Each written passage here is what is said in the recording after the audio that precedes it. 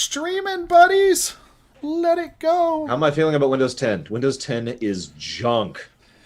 What's up, guys? Welcome to the Lore Reloaded. Always a pleasure to have all of you here. We are just now getting started, and I can't wait. We have the one, the only Lore Runner. You can find it at lorerunner.com. It's a lot of fun, so you can enjoy that. And yeah, that's what we got. We got going on. Hold on, 1 second.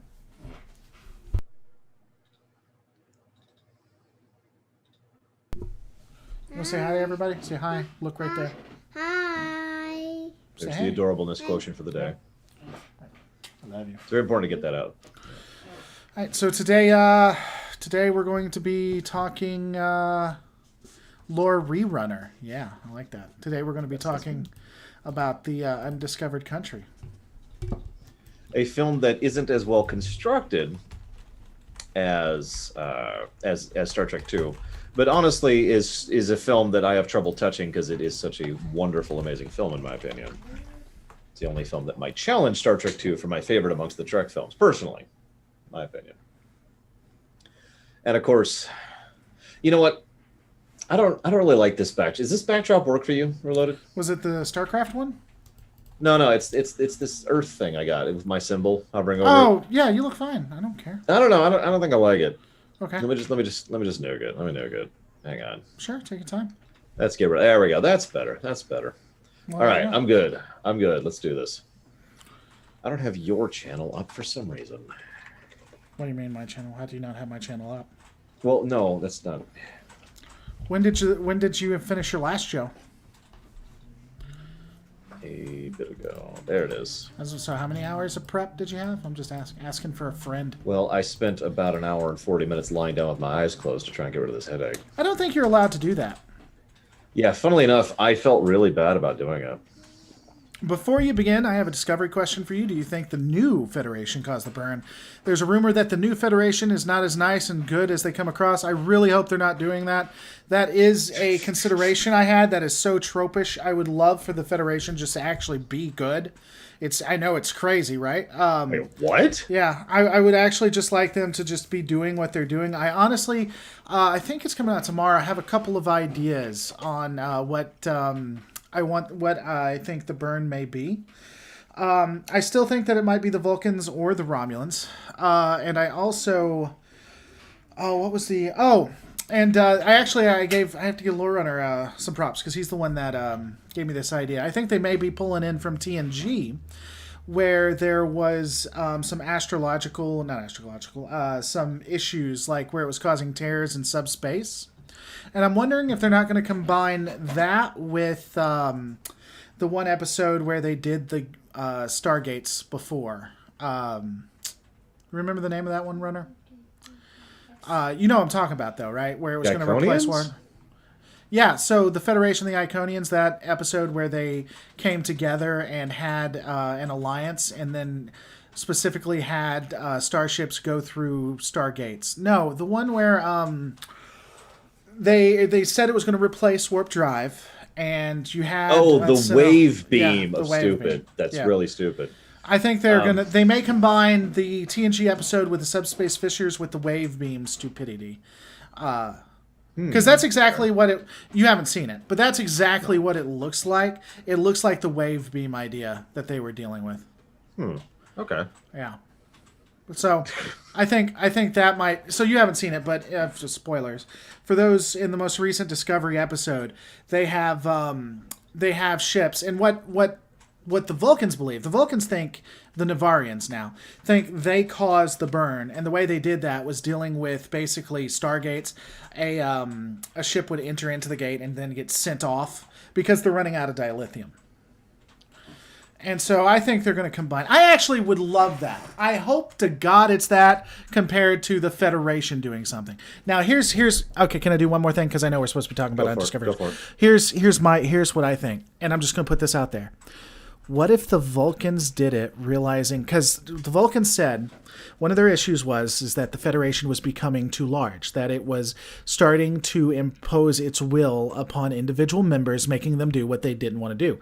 That was one of the reasons why the Vulcans were even doing this research that they didn't want to do. Hear me out now. What if the Vulcans did this, but they didn't mean for the burn to happen, but they did this as a way to sabotage the efforts to knock down the Federation, to try to get them to back off, and then it just blew up in their faces. I'm just saying. Just saying. Something to think about. I haven't seen Discovery, but still think the Dominion makes the most sense. You think the Dominion did it? I don't think they're going to bring in the Dominion. They don't like I don't think they're going to bring in the Dominion at all. But I still think it makes the most sense. Right. Yeah, because they don't like DS9 stuff. They just don't. You can quote me on that, by the way, his viewers. If it ends up being the Dominion, which it's not, because it's not going to be, but that is actually my theory. I wish they'd bring it in. I really do. I don't know. Guess we'll have to see though. So yeah, you still getting it set up? They can't see you playing the game, just so you know. No, the game. I know the game's not even running right now. Oh, okay. I was gonna say it's just the StarCraft background. Going a bit tinfoil now, but has anyone given thought that the Borg are involved? I don't think the Borg. That doesn't seem like something the Borg would do. That's a waste of resources. Also, he and I are in agreement that the Borg aren't really short-sighted. Right. Like they don't do short-term solutions; they do long-term solutions. And permanently damaging terrain is just very not Borg. It's not how they work like that. Right. Well, and even again, resources, the individuals, and we even had this conversation. This is going to be it. We're never going to talk about Undiscovered Country. The Borg don't want to kill everyone. They don't really want to cause harm in that way. They want to help everyone, and they're not above destroying people if they need to get to their end cause. But if they can save people, they will, and there's no need to do that. That's an extreme, and it would be a waste of life, which would be resources. And I just don't think they do that.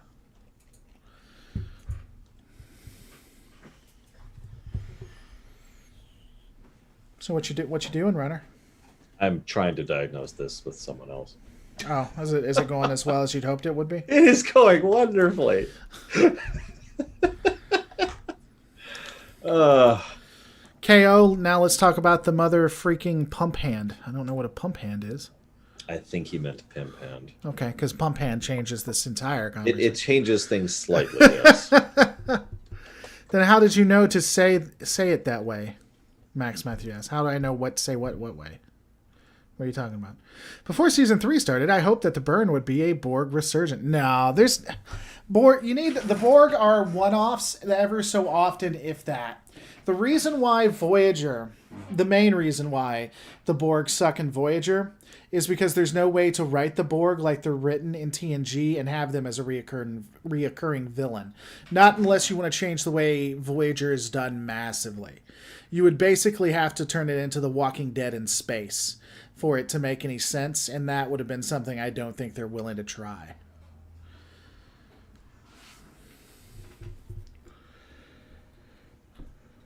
Could be the Q. Why would the Q do that? No. That serves no purpose for them. If it was the Q, that would be dumb. It's better than an evil Federation. Okay, I don't want an evil Federation. I just don't. That's dumb. Let's not do that. Have we established a new floor for you? I've heard like I think that's a new. I think that's a new floor. An evil. It's just. I would hate it. I wouldn't like it at all. Here's why I think the Q is testing them still, and and said it was never over. But he usually has a person he chooses. I would hate the Q to be in there because of the Michael worship. Oh my God! Can you imagine making Delancey bow down to Michael? That would be. I would hate it. I mean, I hate what they did with Spock in the last episode. So, I don't even know. Chat, you don't even know. So, do you want to talk? You can, if you're doing stuff, that's fine. If you're trying to fix it, I don't mind. But we can get into it. Wait. We're gonna here to talk about Star Trek? Yeah, I know. The Federation needs to be ready for war. Apparently. Let's see. We could talk about Star Trek, or we could talk about adorable Dive stuffed animals. Now, personally, I think Dive here. What do you have to say about Star Trek? He thinks Star Trek 4 is the greatest movie. I don't know why. I think he's biased. Go back over there. He deserves the axe. he um, If you need to work on, I'm just asking. I can buy time and talk to your people. no, it's all good. I was actually hoping you would kind of start us off. But, okay. Well, so there was a movie that was called The Undiscovered Country. Take it away. Some of you have Runner. been paying attention. Yes, you're hysterical. Some of you have been paying attention. Thank you. We've mostly been leading into 6 as we've been going through 1 through 5. So a lot of 6 is just going to be here's the payoff for everything we've been setting up for the last few weeks. I got to give the spiel. I get it. I understand. I misunderstood. By the way, thank you for realizing I'm hilarious. I work really hard on my humor. It means a lot to me coming from you. So, thank you. But yeah, we're doing the Star Trek rewrite for the Undiscovered Country. For those who haven't seen this before, it is where we basically Babylon 5 everything. We give everything meaning. We tie it all together. It's only going to be Legacy Trek. We're not going to be doing any of the new stuff, at least yet. Maybe we'll talk Runner into it at some point, but he hasn't seen them, so he can't really talk on it. There are a couple of things, by the way. Everything has been building into itself, so if something seems confusing that we reference in another movie, we may have actually changed it. You can actually go on the playlist and watch from beforehand. I will be in the next coming weeks doing smaller update videos, which actually put all of it together so you don't have to watch the live streams. Just a couple of reminders so that you guys know. We did change a couple of things in Trek itself. In the universe. So transporters, they require an entrance and exit point. Transporter enhancers are dangerous, but at least make it somewhat doable. So for a transporter, you have to have two endpoints, 2 transporter pads. That's the safest way. That makes sure that you actually get there. If you transport to somewhere that doesn't have a transporter pad, or someone transports you from where you are, that's a high probability of death, from 60 to 80%, depending on the technology where you are and what's going on. So if 10 people are transported, about 8 of them are dead. Now, if you have transporter enhancers, like they see in TNG, that will up your chances of survival, so it goes to like 30 to 40%. So 3 to 4 people die out of 10. But the best way is to have transporter pads. The universal translators don't instantly know what's going on. It takes time for them to understand and for interactions to happen. The known races are obviously pre-programmed in there. Looking at the Prime Directive, it is a pragmatic version of the Prime Directive where they do it based on what's going to be best for everybody, not going to let children die in a burning car just because they think some mystical god wants it that way. Replicators. This is a new thing that changed, I think, last live stream. So this is something we need to get into. Replicators can replicate certain things, but it doesn't exactly work like we've seen in the past. And this one you may need to help me a little bit with, Runner. But the idea was there's tiers. So like there's really, really basic stuff you can replicate without too much issue. For stuff below that, they have like the protein resequenced things or the specially constructed stuff, which they actually make somewhere else. They don't make that live on the fly. And then there's just stuff you make the old-fashioned way. So most of the things, so they have still kind of solved the resource problem on a large scale, on a grand scale. They don't need for water or base elements, but in order to actually physically make something, they still need to have a manufacturing process, which effectively isn't the replicator. Holodecks run on the same power source because that was stupid for Voyager to do that. That was always stupid. They are all in the same physical place, and they're not going to have no malfunctions, apparently. Klingon Honor is basically what you see in Undiscovered Country. You don't have to be a warrior to have honor. What you do for the Klingon Empire.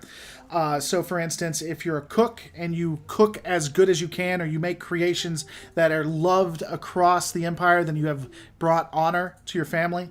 Consoles don't explode. The actual area explodes. Time travel doesn't exist. In the 22nd, 23rd, or 24th century, you can't jump in a bird of prey and decide to go wherever you want. Now, all of these have pragmatic reasons that are within the stories that we're telling. We didn't just change them to change them. So you'll be seeing them exist throughout. And there are exceptions to them. So, as an example, the Borg have the ability to transport wherever they want, with like it works in OG Trek. There's no concerns. So all of that was a quick sum up because I go through it every time. But beyond that, we're getting into Undiscovered Country. Undiscovered Country itself is a lot of the stuff is going to stay there. We're not going to change a ton about it, but there are some key instances that will go through. And so we're going to get that started. And it first begins with the Excelsior like we see beforehand. I'm going to have you explain a lot about this, but one of the pieces was the Excelsior was just returning home. They decided to take the long way home and the more dangerous route, which is right next to the Klingon neutral zone. So one of the things we were going to change on that is because if you guys have been here and you have been a part of this rebuilding, you know that the movies before this have really been about the Klingon well, either in the background or directly. It's been about the Klingon Federation tensions and the I want to say arrival, but that's the wrong word. The moving up of factions that want to actually have peace, that are tired of being warriors, not tired of being warriors, but tired of being at constant war. It's just not good for the Empire. They see where that's going to lead. And they've been gaining prominence.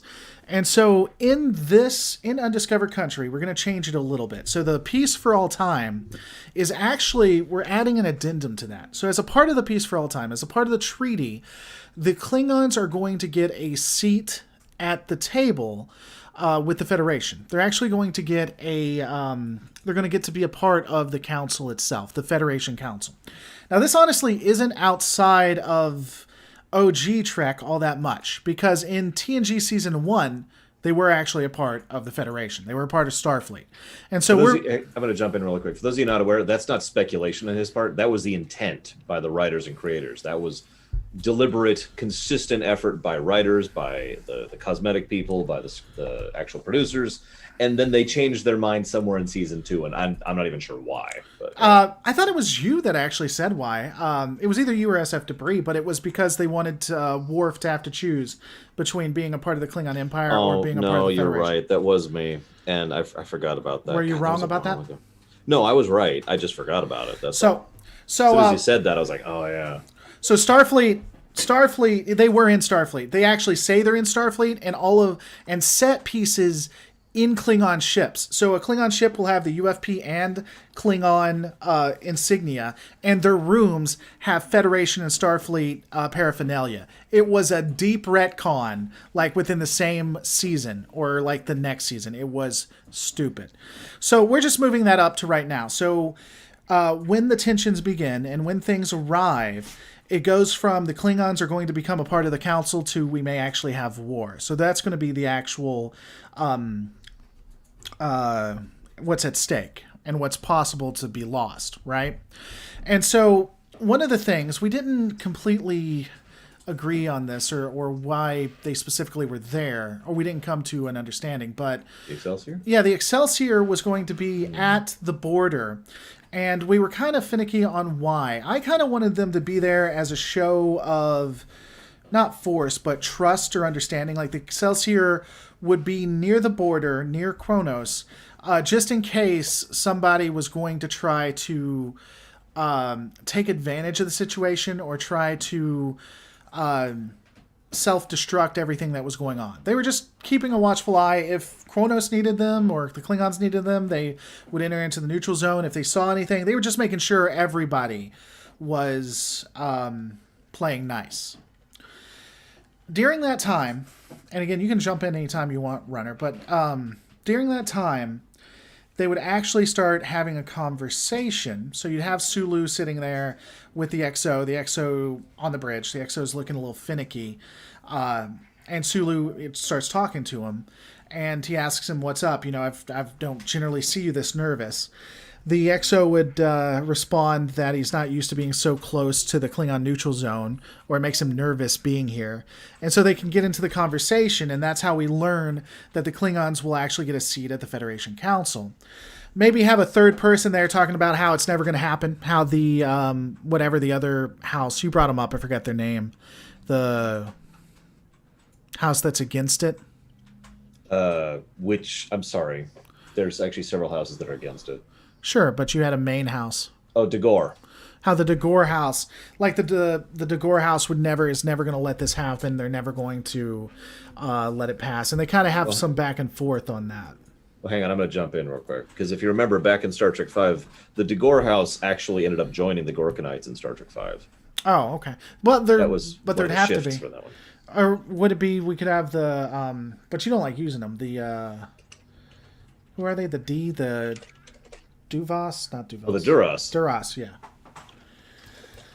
Or a house. We'd have to have a specific house, a specific enemy.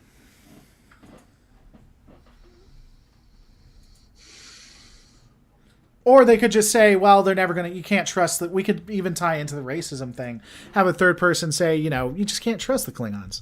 The other houses aren't going to agree. Sure, the Gorkonites are great. But, the rest of them, once a Klingon, always a Klingon. Not gonna allow that. Let's look up some houses really quick because I'm thinking what we should do. We never determined which house, which specific house that Krug was a part of, right? The one who actually killed his son. Yeah, we can. Now he was under the DeGore umbrella.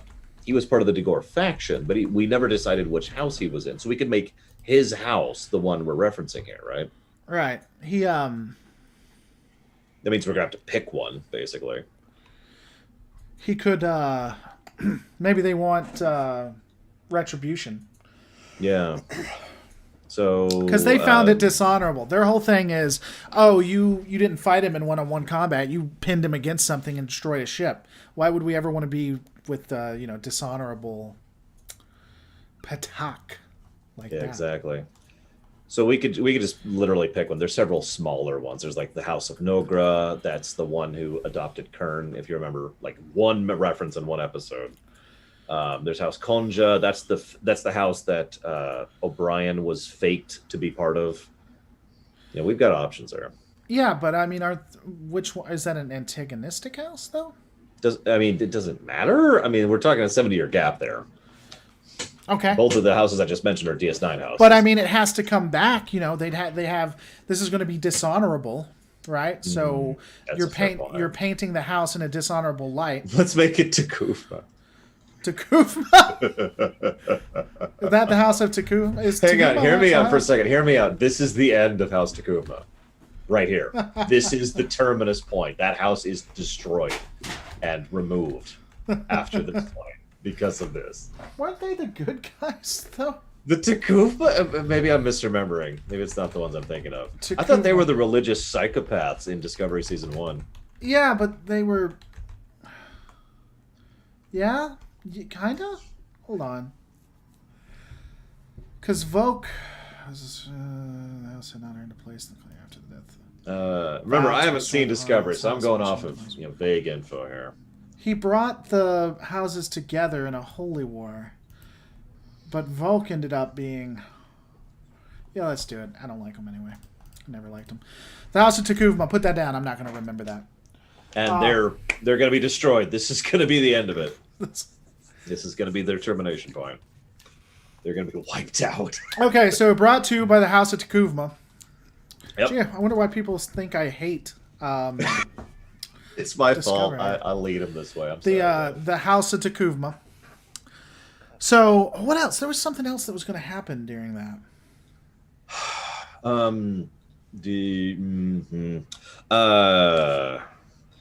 So we don't need... first of all, this is actually a very minor point. Tuvok will be on the Excelsior. Right. But that needs to be there in the background. And there was one other minor point. Oh, yeah, Savik is replacing Valera. Someone actually asked that earlier. Thank you so much. It says someone supported the channel, but it's not showing up. I didn't see anything. Yeah, it popped up, but I missed it before I could see what it was. So thank you so much for supporting the channel. Not sure if that was PayPal or not. I'll double check. So he's going to be on the Excelsior. So go into that. Continue on with what we were planning and talking about. So the general idea here, we're not doing the Janeway thing. That was back in Star Trek V. So she's gone. But no, that was in Star Trek V, Mike ended. Janeway was in the background with Tuvok. No lines, no dialogue. She's just there. Nobody's going to pick up on it for years. It's going to be brilliant. But the idea is the Excelsior. Okay, so I don't think we ever fully 100% codified our thoughts on this one because there's a lot of ways we could go with this. But I like the idea that the Excelsior, and feel free to jump in and chat. I have both chats open, by the way. The Excelsior is really close to Kronos. Now, we're talking about the patrol thing. In fact, Sierra Mike mentioned something about that standard presence patrol. I really like the idea that the Excelsior was specifically ordered. You already mentioned the XO was nervous. We already talked about how that's the thing. I like the idea that the Excelsior, there's someone on the Excelsior, maybe in the background of the bridge, who was the one. We could make it Tuvok. He's in security, right? That's his wheelhouse. Yeah. That what? He's the one who is the handler for the agent on Praxis.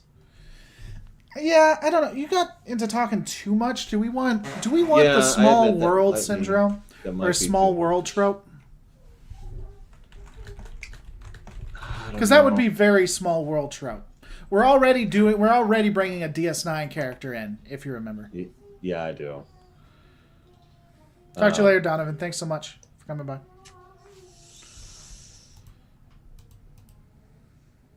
Now you got me thinking. Okay, so yeah, I know he was a science officer. The in-universe explanation is, in my opinion, pretty stupid. The in-universe explanation is that he got bored and decided to switch career paths and start over because he actually left Starfleet and then went back to it because he had no Starfleet ambitions. Gotcha. Which is just whatever. But anyways, all right. So hang I got on, sponsored. Is sponsored a Twitch thing? No. Okay. Total Random Review sponsored the channel. Thank you so much for supporting the channel. I think that's a membership thing or something new that came up. I don't know. Yeah. Anyway, thank you so much. Sorry about that. Continue on. So either way, point being that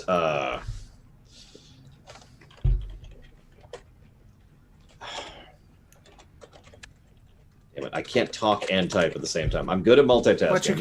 But you can play video games. I can play video games, but I can't right now because of issues. So that's fun. You are much worse without playing video games. I'm going to admit. It helps me concentrate. This is part of why I do this. All right. I'm going to just... All right. So it doesn't have to be Tuvok. Okay. There's the handler. He's communicating. He's in the background. We hear little snippets. I forget what it's called. It's the audio thing where you dump the audio in later. Mm-hmm. ADR? Post. ADR. Thank you. I knew it was an acronym and it was two letters. I couldn't think of it. I've paid $30,000 to know that word, sir, so I'm here for you. That was money well spent, sir. So ADR in the background of someone, and it's just basically it's for anybody really paying attention or for people on replays where you can hear, the person in the background just talking and giving instructions and instructions, and all of a sudden there's just this what? And maybe like the line, what do you mean it's gone unstable? And that's when the explosion hits, right? Yeah, but I thought the first shock. I thought it was. So are they secure? Are they a part of that? So here's what I'm thinking. I know that. Let's rewind a second. So I'm going to reveal something. Is that okay with you? Well, since I don't know what you're going to reveal, I'm going to tentatively say yes. All right. So we wanted Praxis to be destroyed by Section 31. Okay, so that was going to be my question. Is that going to be the Section 31 operative? Because they would have known about it. Yeah. See, here's the thing, though. I've been thinking about this as I processed my thoughts, and I kind of like the idea a bit better that they weren't, that they were trying to make things better, that they were actually trying to help. It doesn't actually have to be Section 31 at this point. It could just be Starfleet intelligence, right? Right. But they were specifically trying to assist, but because so many members who are in so much power in the Klingon Empire would still not be cool with Federation personnel being on the moon of their homeworld, they still had to do it on the down low, right? Mm-hmm. And then it explodes, and we never actually explain whether or not that was sabotage or a screw up or what? It just goes boom. And now we have our dilemma. What do you think? Yeah. Because ironically, this will accomplish what we were thinking about. Because the whole idea we had was that Section 31 was playing cold calculus. Let's knock out a huge chunk of their resources, and they will be forced to adapt and connect to us. I like the idea here that instead we were trying to help them. It's just we were helping them in such a ham-fisted and terrible way because of politics that we couldn't help them in time. If we had been, so the idea here, my thinking is that thematically, if the Klingons had opened the doors and the Federation and their superior tech had just walk in and fix things, it would have been fine. But they couldn't, because politics, because Klingon, because House. So instead, they couldn't fix it in time, and we have our Chernobyl.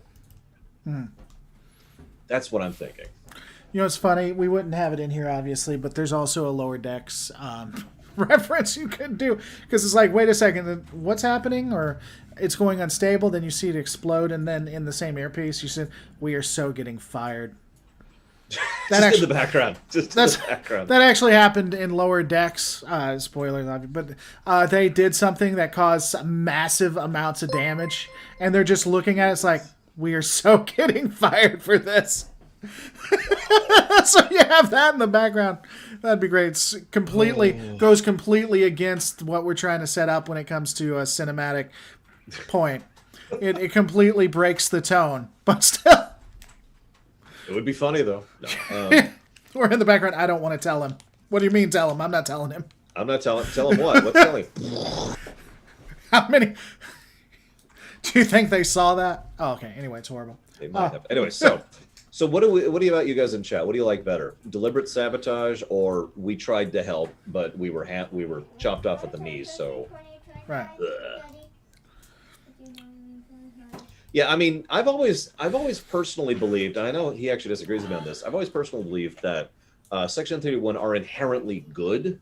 It's just they are as good as the universe allows them to be, as opposed to in the rest of Trek where they're good guys and then reality just kind of bends to their will. I mean, right? what do you mean by? What do you mean by good? I think they're pragmatic. See, this is what I'm saying. He disagrees with me on this. I think that's different from being. Can you tell me what's good about killing people specifically? If you can walk me through that. If you could kill Hitler, would that be a good act? I don't know. Has he caused damage before or after? That's a good question.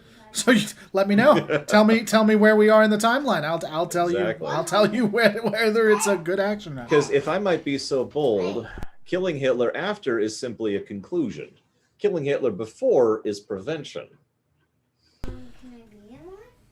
Right? Does it matter how old Hitler is? Yeah. Not really. No. Okay, so you're all for taking care of Listen, baby Hitler. I just totally need that with sound Deadpool on no, this one. no, I don't need I'm with Deadpool. I want you to say it. I need the clip. Deadpool. No, I need the clip. So I just need you to say I, Lore Runner, would take care of, because there's a child in here, baby Hitler. Take care. But not take care of. I need you to say what you'd actually do. Got it. So, Deadpool. Did she just say what I think she just said? No. What'd you think? What'd you say? Take care of it. Take care of it? Yeah, you know. Okay, that's not what I heard at all. Oh. What'd you hear? I thought she said she's going to kill it. Oh, no. What I thought she said, because she slurred the words just a little bit, you know. So, but I mean, no, I mean it's pragmatic. I mean they take. Oh man, okay. So when they put the innocent senator in jail and possibly got her executed, that's what good people do. Probably. Yeah. Got her executed. That's good. I'm not actually debating this with you, by the way. We've been over this before. What I want you to tell me that's a good action, and we'll end it right there. We'll end it right. Nope, tell me that's what good people do. See, what you do is when you encounter people who want to argue a point you've already made, you don't actually have to respond. You picked so you the just kind of fight. walk away. I didn't pick any fight. Okay. I'm just saying we disagree on this, and if you were paying attention, I said I think that's awesome. Because disagreements like this are part of what make Trek so damn awesome. I mean that. I I think, love disagreeing with people about Trek. It's awesome. but you won't engage them when you disagree. Anyway, I I think. don't know what else to point to make other than the points we've already made because we've already discussed. How is it? this. Just tell me it's a good action. That's all I want to know. So being pragmatic is not being good. It's basically being a gray Jedi, and I think they're pragmatic. I don't think they're evil. Listen, I think all I'm sometimes you have to do bad things to protect good, to do good. that is exactly my point. Is that the overall intention is good. That it's not. So let me put this a different way. Oh, okay. Do you think Hitler had bad intentions? Yes. God, Okay. have you studied the Do you history think, of that man? So do you think From he a was? school, that man had issues. So- if you've ever studied his history. So you don't think he intended to do good? I'm not saying that he did good. I'm asking if you think. No, he I don't intended. think he even intended to go. I really don't. I Okay. legitimately don't think that. But let's move forward. Liberal reloaded. Yeah, I'm liberal.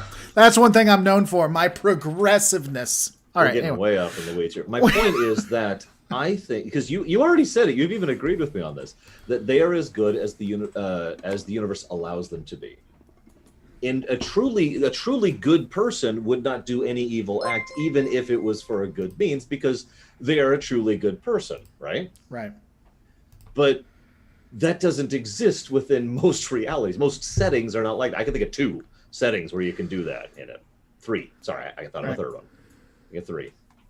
So the idea here being that I think that their core intent is not. This is the point I was going to make. I don't think their core intent is power. I don't think their core intent is uplifting the Federation over other forces. I don't think their core intent is to dominate or to do anything that I would consider to be a politically driven or separate evil act, either on the political spectrum or the moralistic spectrum. I think, however, the problem, of course, is the only thing that polices them is themselves. Now, that's a separate issue. But my point is, I think that they walk into their circumstances trying to do good and then doing what is necessary in order to get to that point. Well, yeah. You're right. We've had this conversation. I don't think they've ever done anything lightly. Like, I don't think I don't think that they ever. I don't think that they don't have a conscience. Like, I think that anything they've. Why are we? Well, you're right. We're discussing this when we've already discussed. Yeah, we've literally been over this. That was my whole I think point that earlier. I agree, and I think that anytime they do something evil, it's because they believe that they have to do it, not that they want to do it, and not that they really would love to have any other way. It's just it has to be done. But then it gets into are they good if they anyway. We're going into circles. We're not gonna do it. So is it? They've been watching us fight. So are you guys? Do you want it to be Section 31 or you want to be helping? I don't hate the fact that it's helping Most them of the helping people out. in my chat said they like the help idea. It could actually No, we could do both. Well, the thing If is, we really want to go for the thing is that we could make it so the Captain Kirk thing is Plan B. Okay. So and maybe that's why the Excelsior is there. Maybe this was an entire big. You know what we could do. So it starts off with galactic peace. So the Federation's coming out to help. It's a whole new thing. This is galactic peace in our time. The Federation is sending their engineers. They're sending their best people, and so. Everybody's going to be singing Kumbaya. It was their greatest chance at peace, and it failed. And then it explodes. So there you go. There's your Babylon 5 tie-in. So now, everybody's scrambling. The Gorkonites are scrambling. Federation's scrambling. Originally, they were never going to have them as a part of the council. But now the Federation comes back and the Gorkonites come back and say, okay, so now this happened and this was a bad idea and this failed. So how about this? You guys need help. We want to support you. Come be a part. We will give you the support. We will give you the resources you need to stay afoot. And so that, you're not manipulated, you can have a seat at the council. You can have a place at the table and actually help with Federation policy so that you don't feel like we're taking advantage of you.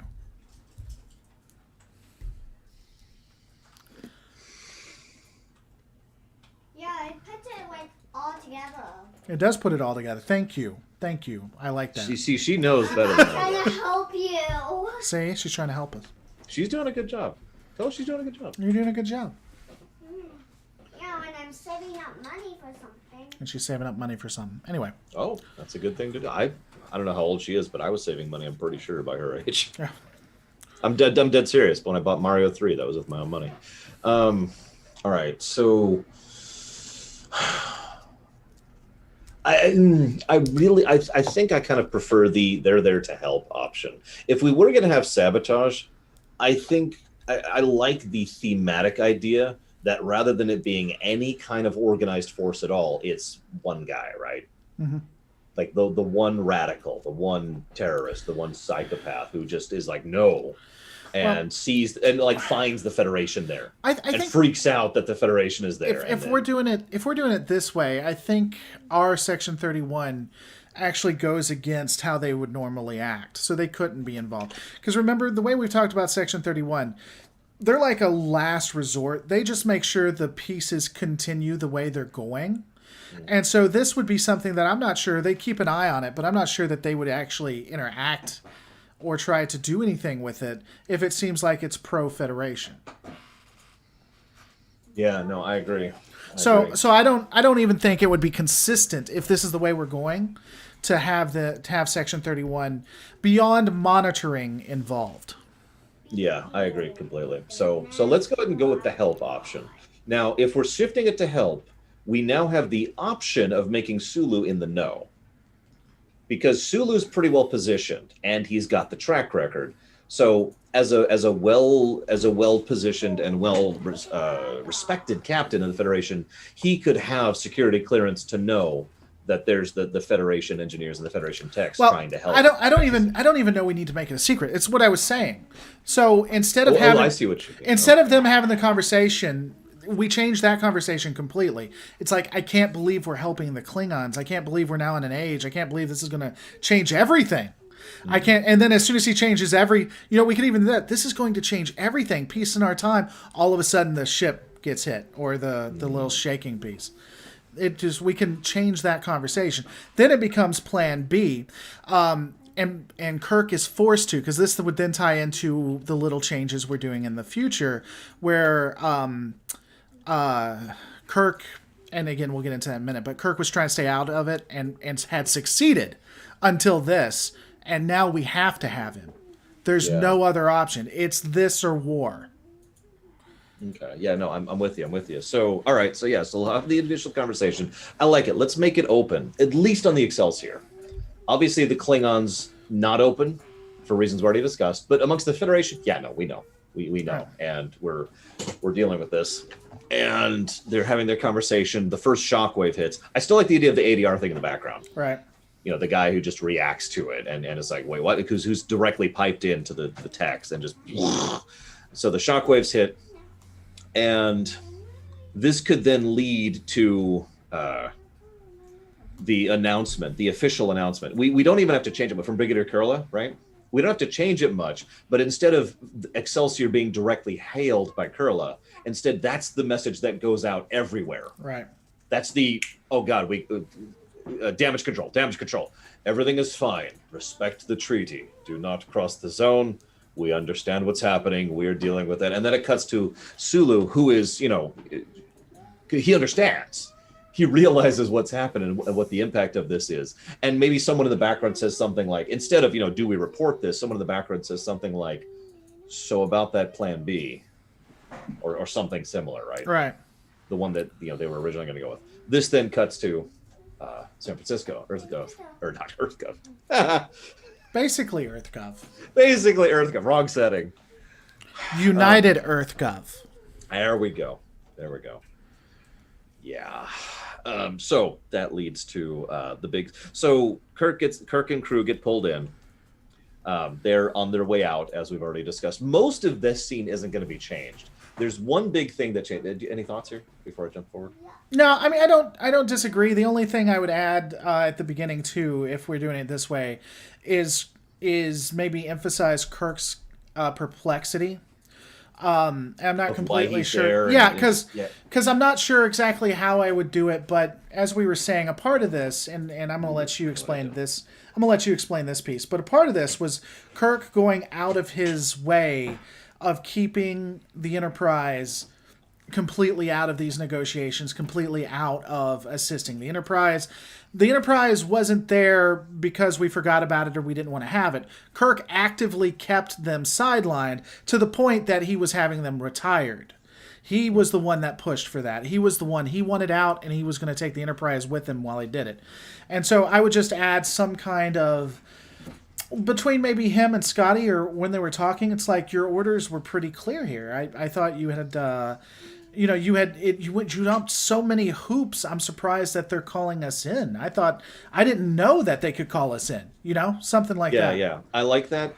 What I would probably do is I would do a 2-step. So I would have Scotty be the one basically giving the dump, right, to him. Obviously, Uhura's not there, and or Sulu, and as that Scotty is doing that, Kirk doesn't respond, not verbally. And we see Kirk, and his body language is just tight and contained, and he's got this frown. He's not upset. This is what this shouldn't be happening, and he fears he knows what this is, right? Right. And so there's just that expression, and Scotty, pauses a moment and then keeps talking, like you say, I after all the hoops you jumped through, said I'm surprised they're bringing us in at all. And then there's another non-response from Kirk, and that's when someone else, probably McCoy, jumps into the conversation and kind of gives some of the other things, like Captain Sulu, and mentions Spock's absence. And the whole time Kirk just very stiffly sits down. Yeah, you see him more and more getting either stiffer or just dropping as he realizes what's happening. Yeah, and there's just this stony face. So then the briefing happens. The briefing is basically the same. No real change to that. By the way, Vandalia's asks which one of us is the Mirror Universe lore. I missed that. Well, we both have a beard. So the answer is yes. The real us from this universe, they're over. We sacked them years ago. So the only other thing I want to bring up, we didn't talk about, some of the verbiage. I get why they used it, but I would want to change it, you could try to still get the same feel, or just give the line to somebody else, where it's like only. I was about to say only Hitler. Only, what's his name, could go to Russia or wherever. Only Nixon could go to China. Yeah, only Nixon could go to China. I never liked that coming from Spock. I know why he did it. It makes sense. It's a great line. Yeah, and it works for the era because it's closer to it. I don't know. I'd try to rewrite that, or I'd give the line to somebody else. I would keep somebody there who's from Earth, because it just makes no sense that Spock would. I feel like McCoy would be the one to say that. He strikes me as the kind of person who would have that appreciation for history and an understanding of the significance of it, right? Right. So if we were going to switch that line, I would switch it over to McCoy. Yeah. We could also actually have the CNC do it if we wanted to. But that would require Kirk questioning the CNC in the middle of the conversation, which we kind of... Or later. So what we do is we have the standoff with Spock. He still doesn't know, so he goes, and this could be interesting. So he has, we'll explain the standoff in a second, but so he has the standoff with Spock, does everything we just see. He's still not sure. He still doesn't want to do it. He sends a message. He's like, I want to talk to the CNC. Get me them on the line because I'm not going to do this. And all they get, he asks to talk to like the top admiralty, and all he gets a response, and it's a text message.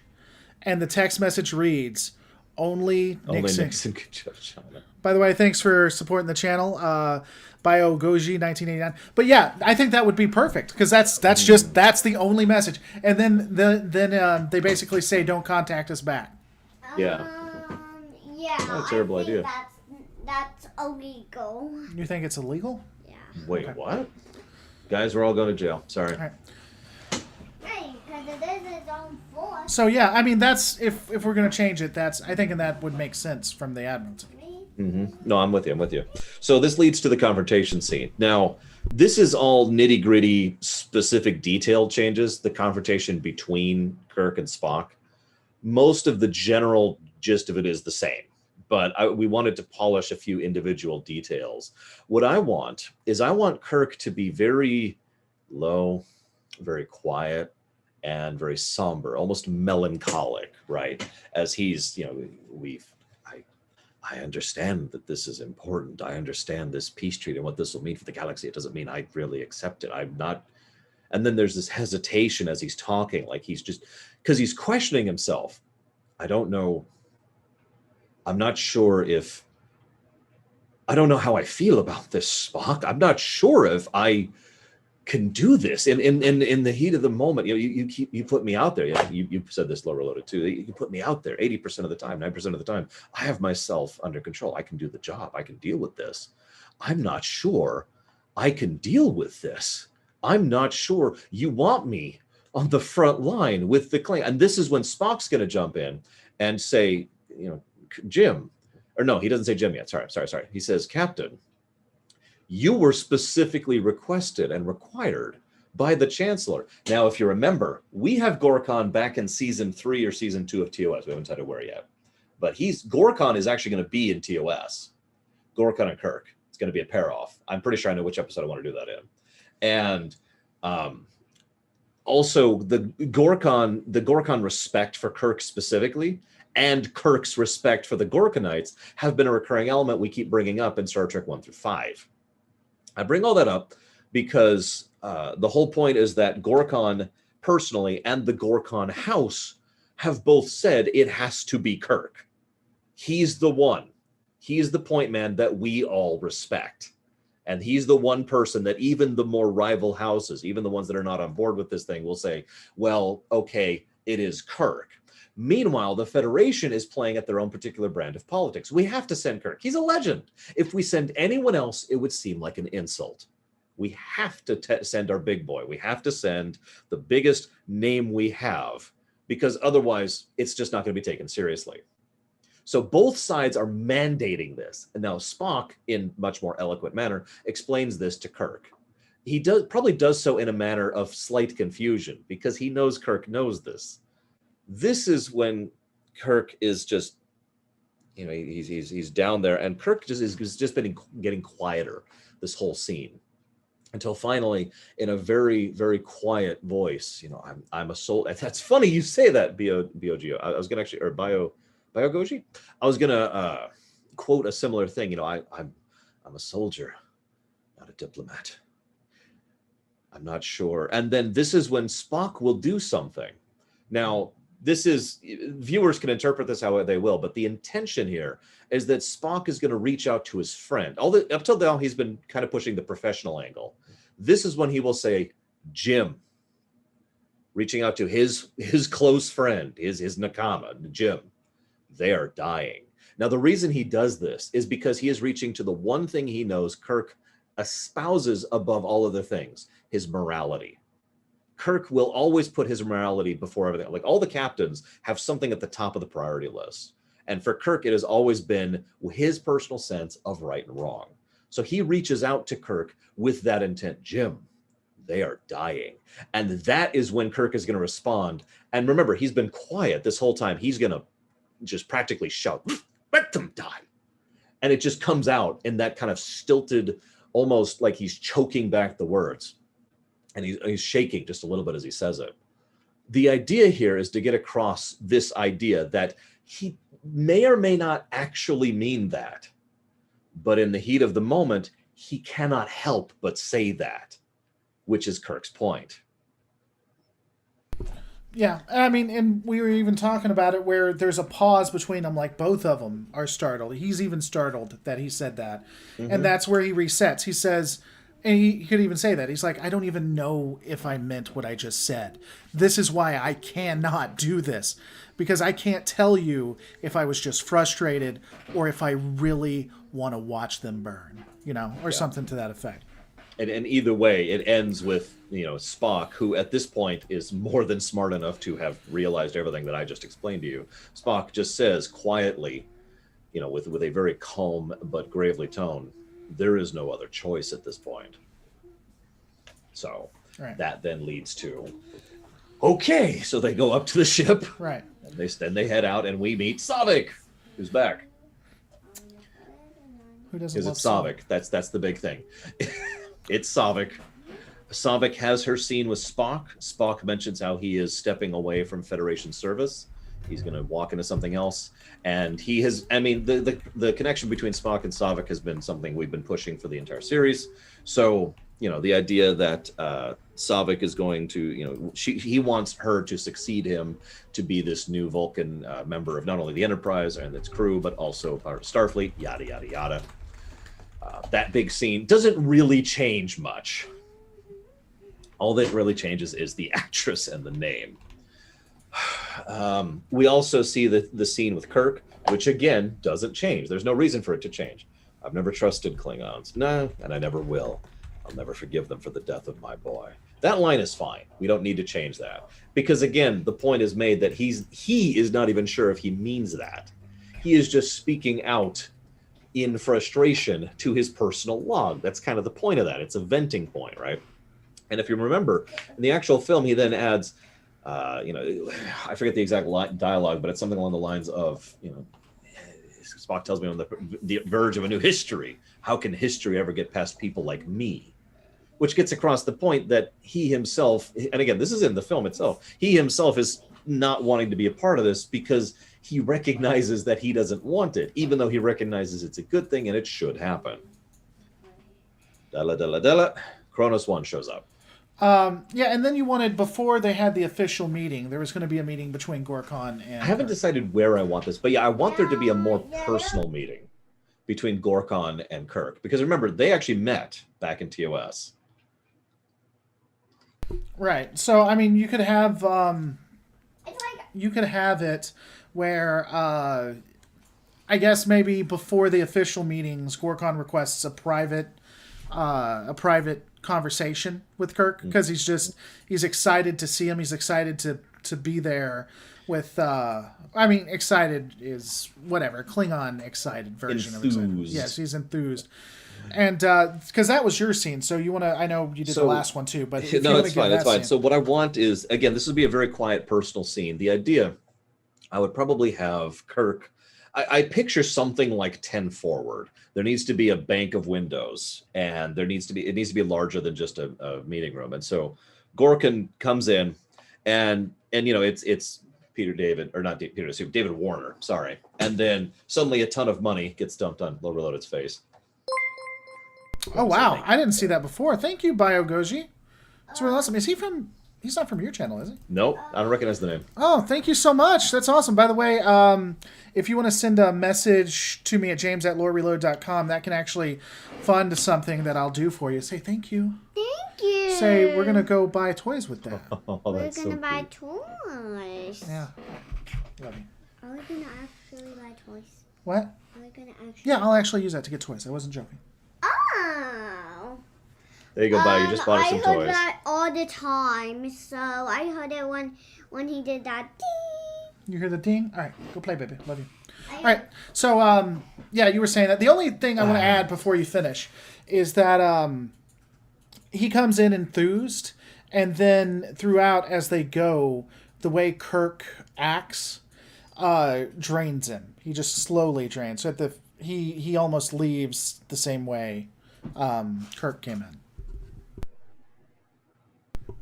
I'm still frozen. Waiting. I'm happy to see how far this goes. I don't want I to. could keep doing this for quite a while, but let's I not don't do know. this. It would be I mean- boring to the viewers. So, I think I can make some money off of it. So if you slowly grab here. I'll have my own assistant. I don't have an adorable girl. I just have Dive here. So, Dive, I want you to help me explain this extremely serious scene. Okay. So what's going to happen? No, I'm not actually going to do that to you guys. What's going to happen here? Gorkon comes in, and there's an energy to him, right? He's just Captain Kirk. It is bracing to see you again, and he's grinning, and he's just and he reaches forward his hand, and Kirk turns, and Kirk is a lot more dour. He reaches out, he does shake the hand. He's not that far gone, but you know, thank you. And the demeanor pulls him down, and Peter David. I keep saying Peter David. It's David Warner. Sorry, David Warner. Both excellent people for totally different reasons. One's a writer, one's an actor. David Warner, Gorkon. Sorry. pulls back his energy just a little bit and says, "I'm sorry. It's been many years since I've been able to see you face to face. I have followed your adventures rather as much as I can. You have certainly had a great many of glorious and wonderful battles, and well, frankly, your accomplishments are legendary. I was just hoping to commiserate for a moment, speak on times past." Not to interrupt you, but can I give you an idea too? Can I? Well, hang on. Dive. Can he give an idea? Okay. Dive says it's okay. So, and I don't know. Maybe this would have been too on the nose or something, but maybe you said, "I wish I could have been there when you defeated." Who was the dude who killed his son? Krug. Krug, yeah. I wish I could have been there when you defeated that cowardly Krug or something like that. I don't know if we want to do that, but that might be something. I could see that. It just because obviously Gorkin, despite his age and despite his position, is still he's still Klingon, and he does legitimately respect Kirk. That's one of the points we've been emphasizing. Well, and defeating and killing Krug, who killed his son, and would be considered cowardly at least by Krug's faction, would be something honorable. Oh yeah. No, Kirk did the right and proper thing and got familial revenge, and that's, gosh, I am sorry for the loss of. So what? Oh, let's rewrite the scene. Okay, so Kirk turns. He's not as dour. There's a bit of a smile. There's the recognition, and his mood brightens visibly as he sees Gorkon. Handshake. They talk for a bit. They commiserate on some stories. Kirk, talks about how he's been following Gorkon's career, and I've been. It's of all the Klingons I can think of pushing to the head of the High Council, I can't think of one better. And Gorkon says, "Oh, you flatter me," and the two are getting along reasonably well, right?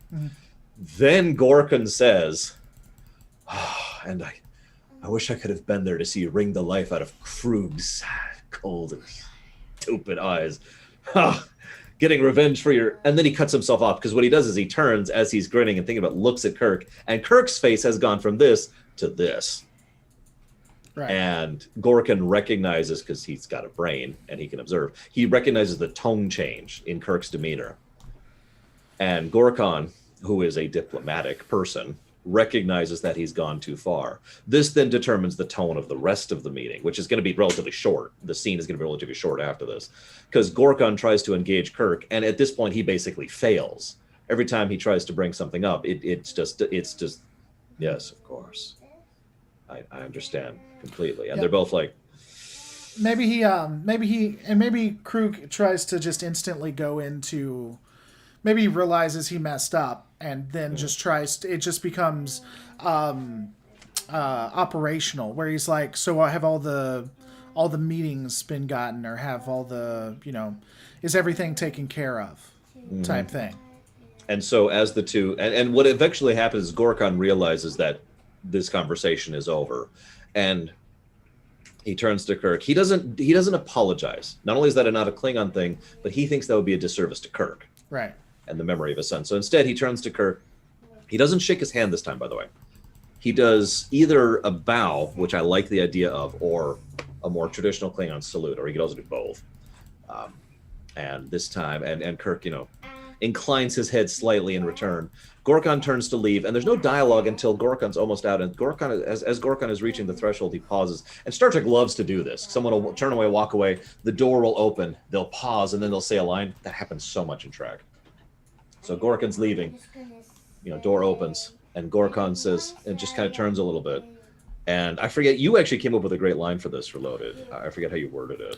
He said something like, I forget exactly what he said. Yeah, the wording. It was something that was from, I think it was actually from the movie. He says, there'll come a time when... Oh, that was, there will be a time when there will no longer be a need for warriors like us. And the older I get, the more I think that's a good thing, or something like that. We'd have to polish that line a bit. Right. The idea is he is acknowledging that he, the warrior, and Kirk, the warrior, have been surpassed by the time and the era.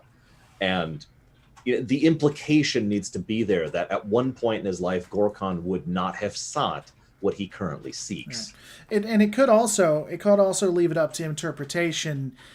Maybe Gorkon doesn't want to be doing this as much as Kirk is. Maybe he's putting up that front too, because he realizes that the world he lived in isn't something that either side really needs to live in. So that could be we don't broadcast it. It's up to interpretation.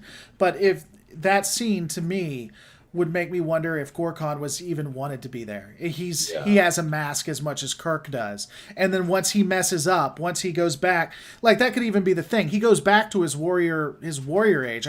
You must have wrung the life out of him. It must have been glorious to take that person. And then he realizes that's the old past. That's something that I used to be.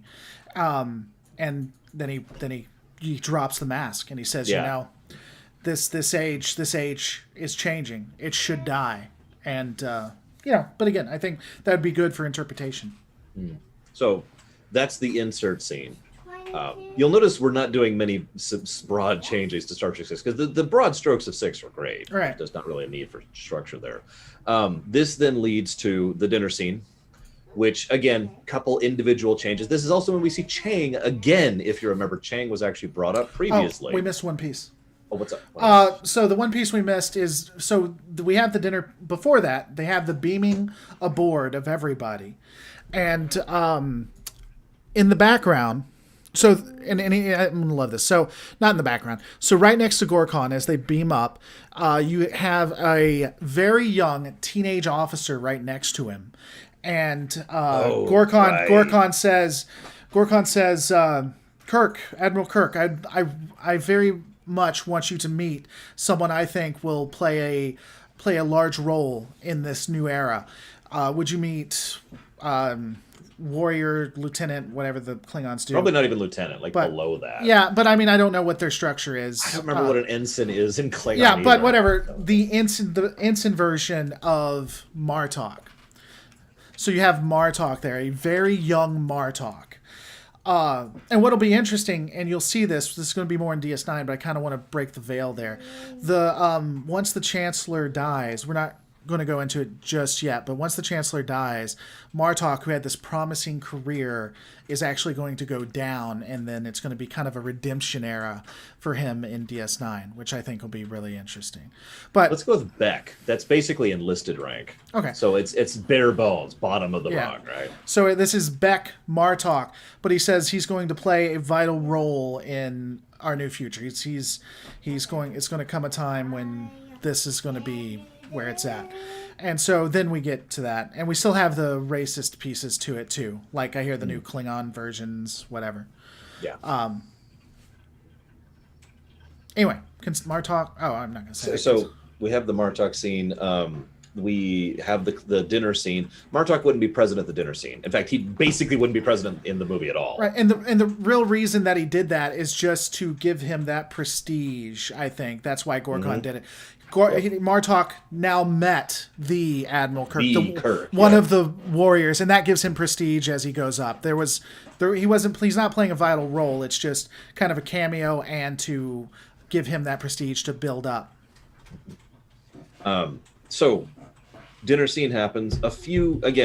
Very few minor changes, just a few polishing past things to restructure a few things. I'm not sure if we should keep the Hitler reference. Now, the reason I mentioned that, though, is because on the one hand, it fits perfectly because, again, it's an outburst that he didn't mean to say, that he lost control of himself for a second. That, right? We need breathing room. Earth, Hitler, 1938. And he says it just so smoothly that it could still fit. On the other hand, we could tone it down a little bit, make it a little more understated. So Kirk just has more of a non-verbal reaction or non-vocal reaction. Just, we need breathing room. And Kirk just kind of goes and reacts to that and catches himself this time. Right. I'm not sure which I like better. It doesn't really matter. This is all really well. Here's the thing. Because in the movie, because I rewatched it recently, in the movie he actually steps up and while he ultimately starts out with hating the Klingons, he actually handles it very well. He was the person for the job, even though he thought he wasn't. I think we should still keep that because remember when we get to the scene where they think they fired on the ship, and so the ship is turning around, getting ready to fire on the Enterprise. He steps up and does exactly what he needed to do. Oh yeah, he nails that. We surrender. I'm coming over. Yep. unarmed. And that was the correct move on basically every level. But that's what I'm saying. So, like, during these times when there's not a lot to lose, when it's not as critical, especially with Gorkon, who we've established knows that he's just not in a good place right now, these little slip-ups, I think, are good and add to it, because is he going to be able to do it? And then when it comes time for him to actually take the stand, he does. He does what needs to be done. Okay, so on that basis, I'm fine with leaving the Hitler reference in for exactly the same reason you just mentioned. Like I said, it was a minor polishing nitpick anyways. But yeah, in that just kind of general, casual, not on the record dinner, right? Perfect sense. They got the ale. We still have the excessively loud song. We still have the scene where people from both sides have trouble getting along with the people, just on basic manners, like literal basic table manners. They're having issues getting along with them. We don't have William Shatner eat a bunch of the dyed octopus and then throwing up for like $20. I forget if it was octopus or squid or whatever. You know what I'm talking about. We have a long way to go. And Gorkon has that phrase. I would probably eject it entirely. Gorkon, if you remember, he says, if there's going to be a brave new future, our time is going to have the hardest time living in it. Right. I'm okay with ejecting that line because we've effectively already said it in the earlier personal scene. Right. That's where I got that from. So yeah. So what I'm thinking is Gorkon should walk up to Kirk, professional, and then there's just this moment, like a 1 second pause, and you can feel the salute there.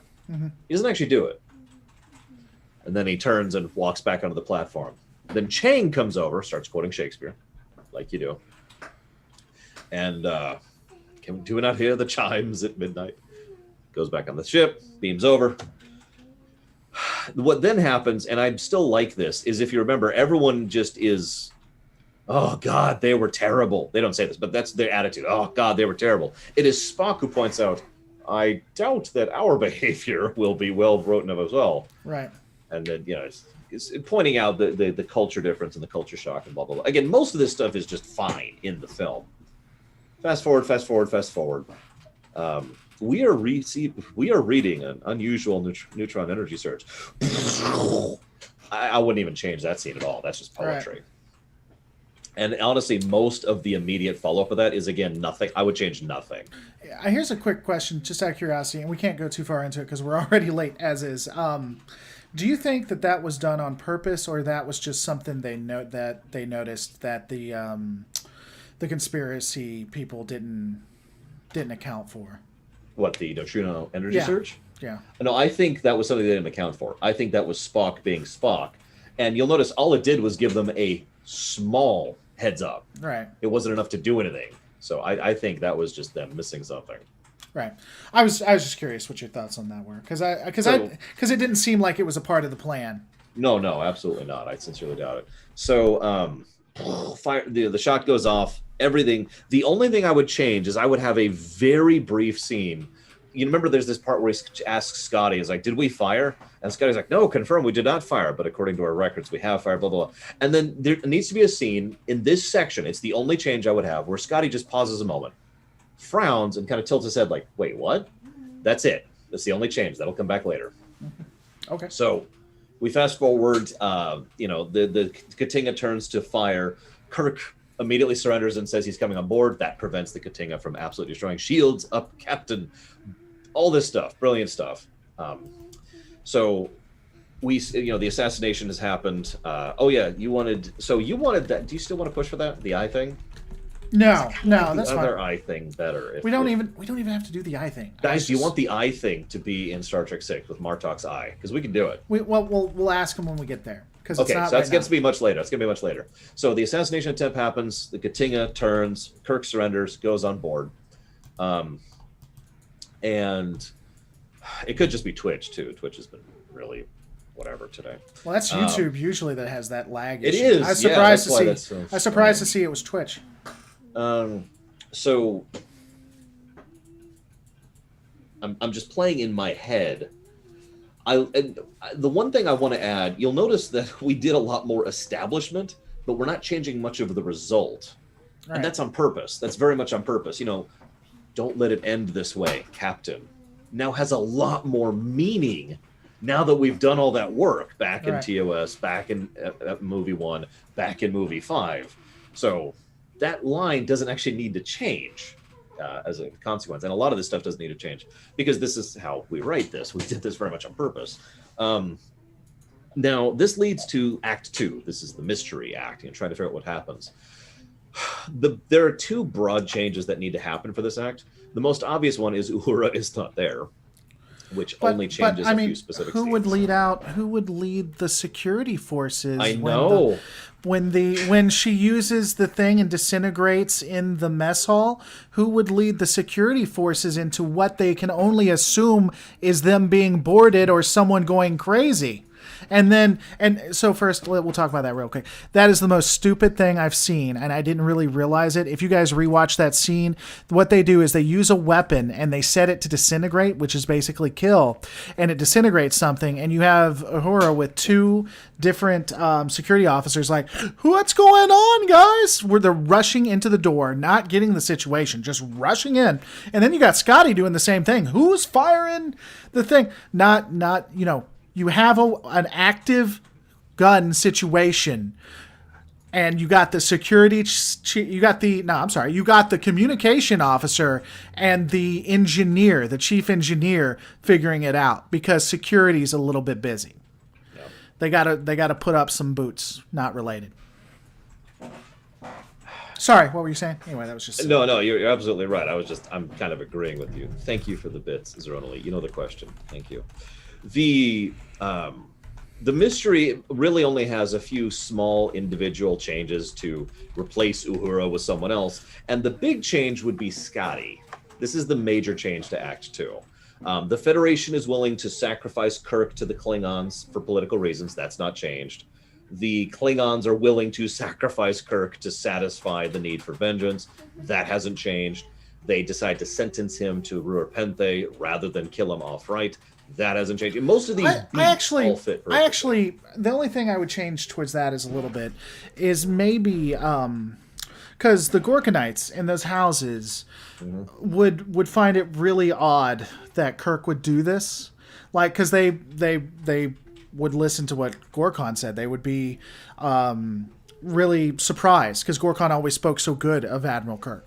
And so still trying to salvage this situation, they're the ones that get Ruarpente.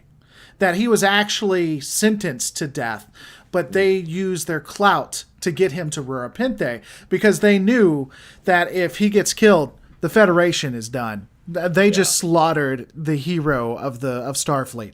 There's no way. So that's the only thing I changed, is that they used their clout to get him to Ruarpente in hopes that somehow this is going to work out. No, I like that because what makes sense in my head is that there are factions or individuals in power within Halo Wars 2, I got it, within the Klingon power structure who are like, who cares, right? Who are just sufficiently pissed at the death, or maybe they were never in favor of this to begin with, or maybe they just demand it for cultural reasons, or because I could see certain Klingons who are just like, well, Kirk killed him, so he has to die. It's very simple. And I could see certain Klingons who would say, well, why would Kirk do that? Well, because a Klingon killed his son. It's very simple, and so forth and so on. Right. The point being, I could see plenty of Klingons being totally cool with it, but I like your idea of the Gorkonites being like, yeah, hold on. And here's the thing, by the way, Vandalia, are we still having Worf's granddad as lawyer? Of course we are. But beyond that, the only other thing too is, and this could be another piece for debate, where the Gorkonites, even some of them seem like, yeah, he did it, and some of them are like, no.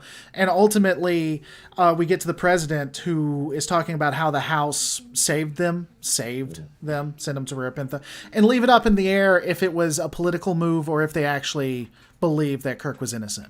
We don't have to say. It's just always left up in the air. Maybe they did it for political reasons. Maybe they actually believe that he's innocent. Either way, they saved his life. Yep, I'm with it. So this then leads to, they're sentenced to Ruarpente. Again, I don't... I didn't have a lot to add to the. I'll be honest with you. If you want to rewrite something at the prison thing, that one, and every time I watch it, I'm just not as interested in that part of it. I'm not gonna lie. Yeah, it's his Nicholas Meyer does his usual style, and so the presentation of the prison is great. But I admit the content of the prison is just kind of like, okay. Yeah, I would bring that down. I mean, the prison escape. I mean, that would be so diminished, and everything else brought back up. I didn't.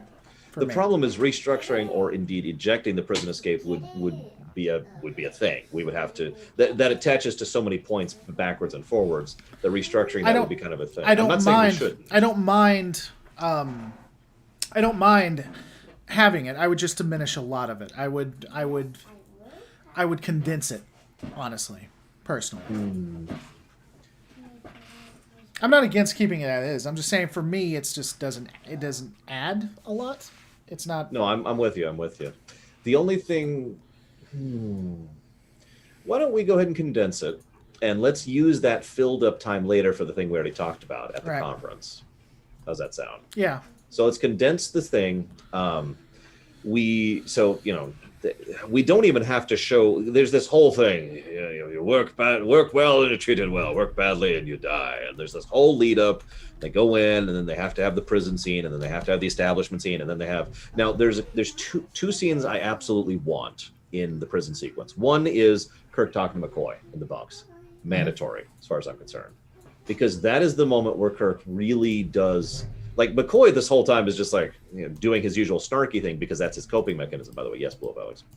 But Kirk is being legitimate. He is actually opening his heart to McCoy here. It's like, I don't know if I wanted peace. Right? That whole scene, we need to keep that. That denouement, or not denouement, that's the wrong word. That self-revelation. I don't know what to call it. There's a term for Something that. we could add. I don't know. Again, honestly, I didn't pay a ton of attention to the prison scene. I'm not a huge fan. I mean, it's not bad. It just doesn't speak to me. It might be interesting to have a line, something like, I'm sorry that I lost my friend, or I grieve for the loss of Gorkon, because he was a friend to me. I don't know if I care that a Klingon died, or something like that. And Biogoji got the quote there too. It never occurred to me to take Gorkin at his word. Right. I think that scene, we just need to push that. We need to add that. And then we can cut away. Now, I know this is kind of a cinematographic trick, but we cut away. When we cut back, they're already in the middle of their escape. Basically, we don't show the escape because we don't need to. It's Kirk, it's McCoy. They figured out a way to escape, right? Right. Well, and I mean, we can just have a offline. I mean, and what I do with that is because during all this, you do need to have at least a tinge of humor here and there just to keep people, because you don't keep them running at 100. You even said this in one of your things I was watching. So when we do the cutback when they're in the middle of the escape, like maybe someone's talking to Spock and Spock pauses a second and he says, if I know the captain, or if I know the admiral, no, captain, right? If I know the captain, I think he's doing all right. And then they're in the middle of the escape. So that's just a little... Just restructure the pacing a to slide that in. And the extra time, we could also spend a little bit more time with, I like the Enterprise being called back because it makes perfect sense that the Federation would do that. I like why they don't go back because it makes perfect sense that they wouldn't do that. They would lose any possibility of evidence the moment they are no longer... And the film never says that, but they're a closed circuit. They're in a spaceship, nowhere near anything. So anything that leaves that spaceship, they're going to see it. They see something go out an airlock. They see something go out in a shuttle. Right. That's going to be a beep, beep. So whoever actually did it from there is someone that they are that they still have trapped, and so they need to maintain that situation. The only thing I might nitpick a little bit is I like the idea that someone back at Starfleet basically realizes why they're staying out, and is just like, ooh, I like that. And we use him like we always have. It comes in, you have Chekhov at his desk. Someone walks in and says, "Sir, it looks like there is a." He comes in and talks to him and says, "Sir, it looks like the Enterprise has stated that they're having warp problems. They actually have the USS Endeavour en route, should be there in a couple hours to ensure that they get back." And then Chekhov sits back a second. He looks at a pad and he's like, wasn't there an emergency on Talon 5 or wherever? And he says, I don't think there was. I don't think so, sir. We haven't talked to them in months. Seems like we may need to check in on Talon 5 to make sure that there aren't any issues with that. And then he looks down and he's like, why, look, the USS Endeavour is only 5 days away from Talon 5. That's in the opposite direction, sir. It'd take them 10 to get back. I guess they better get started. Yep. No, yeah, I like that a lot. So yeah, let's use Chekhov just like that. And once again, you'll notice how we're trying to use the characters. They may not get a lot of scenes, but they're significant. Right. This now means Chekhov is specifically and directly responsible for giving them the time they need to figure out what the heck is going on with their closed circuit. Here's the thing that people miss about when they do the rewrites, because a lot of people will be like, oh, I can't believe you did this to that character. You didn't give this character a lot. It's because you're sitting with us and we're telling you what's happened. If you actually watch the movies, Uhura doesn't get a ton of time. She's set dressing. Scotty, in a couple of movies, is set dressing. Chekhov is even that. This actually gives them gravitas and makes what they do change. We're just telling you it. If you actually watched and wrote down what they did, you would be surprised how little usage the characters get. So we use Chekhov as the way to keep that out. And of course, you know Sulu's going to come up later. We've already gave him his whole movie, but Sulu's going to come up later too. Anyways, so... Well, he started. Chekhov, he was at the beginning too. He was the one that he was. That's true. Sulu was part of the original effort. So Chekhov gives them their time. They, polish through this. The other thing is Scotty would get a lot more screen time here because Scotty would pretty much be personally involved in figuring out what the heck is going on. Remember that pause earlier? As he was like, "What the heck?" If you'll remember, Scotty is the one who detected the Romulan ship that can fire while cloaked back in Star Trek V. Right. And as he's studying the sensor logs, and every torpedo checked manually.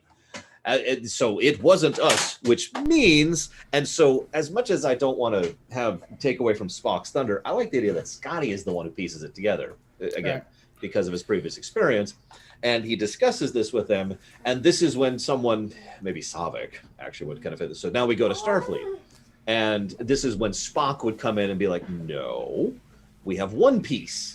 Right. No, we need more, and this is when they start looking for the clothing. We start looking for the gravity boots. And during the entire time, I think we pushed the Savik wanting to go to Starfleet, and her using it as a just it's the logical thing to do, the Vulcan thing. When really she agrees, if she can get them back to a starbase, then she can cover up, and that's why she pushes for it so hard. Yep. I mean, obviously, you guys understand this, but the idea is, as you're watching the film, you know how in the film, it's actually Chekhov in the actual film who is constantly like, we're going back, right? He pushes that like 3 or 4 times throughout the course of the film.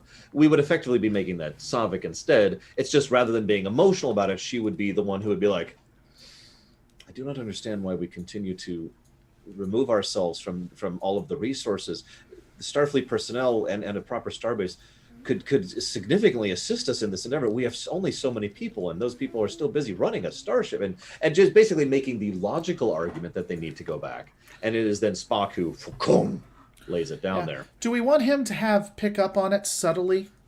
Maybe he just finds it just like when she first starts doing it, the first couple times he's like, no, and then when she pushes even more, like, okay, we finally got something, can we go back? He just pauses and raises an eyebrow. Doesn't say anything. That's exactly what I was thinking. He pauses. That's all he does. He just goes.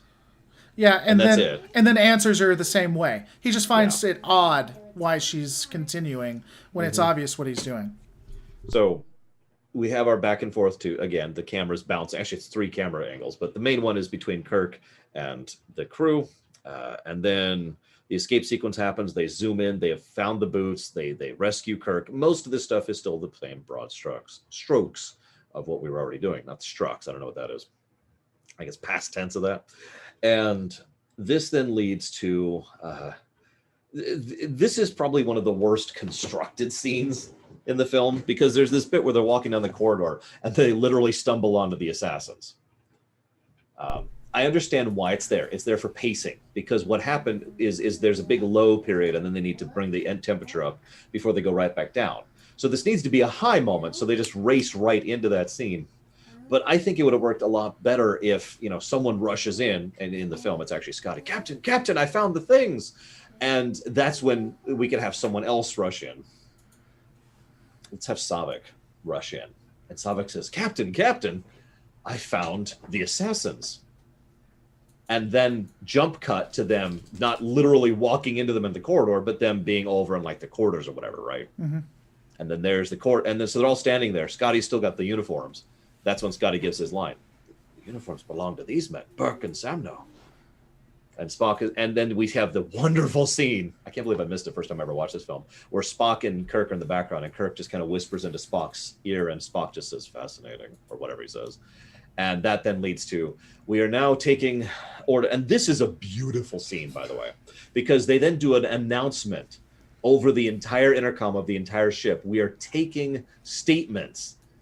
Court reporter, be ready to take statements from Burke and Sando. And it just, we see random crew members who are kind of looking at each other with that, was it you? Kind of a look. It's brilliant, brilliant scene.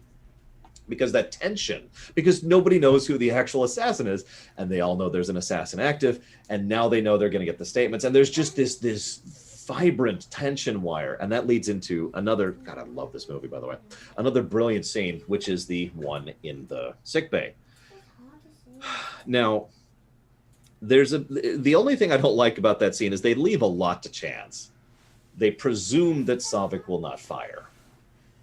We could cover that, or we could not. I don't think it even matters, because it doesn't need to be on camera one way or the other.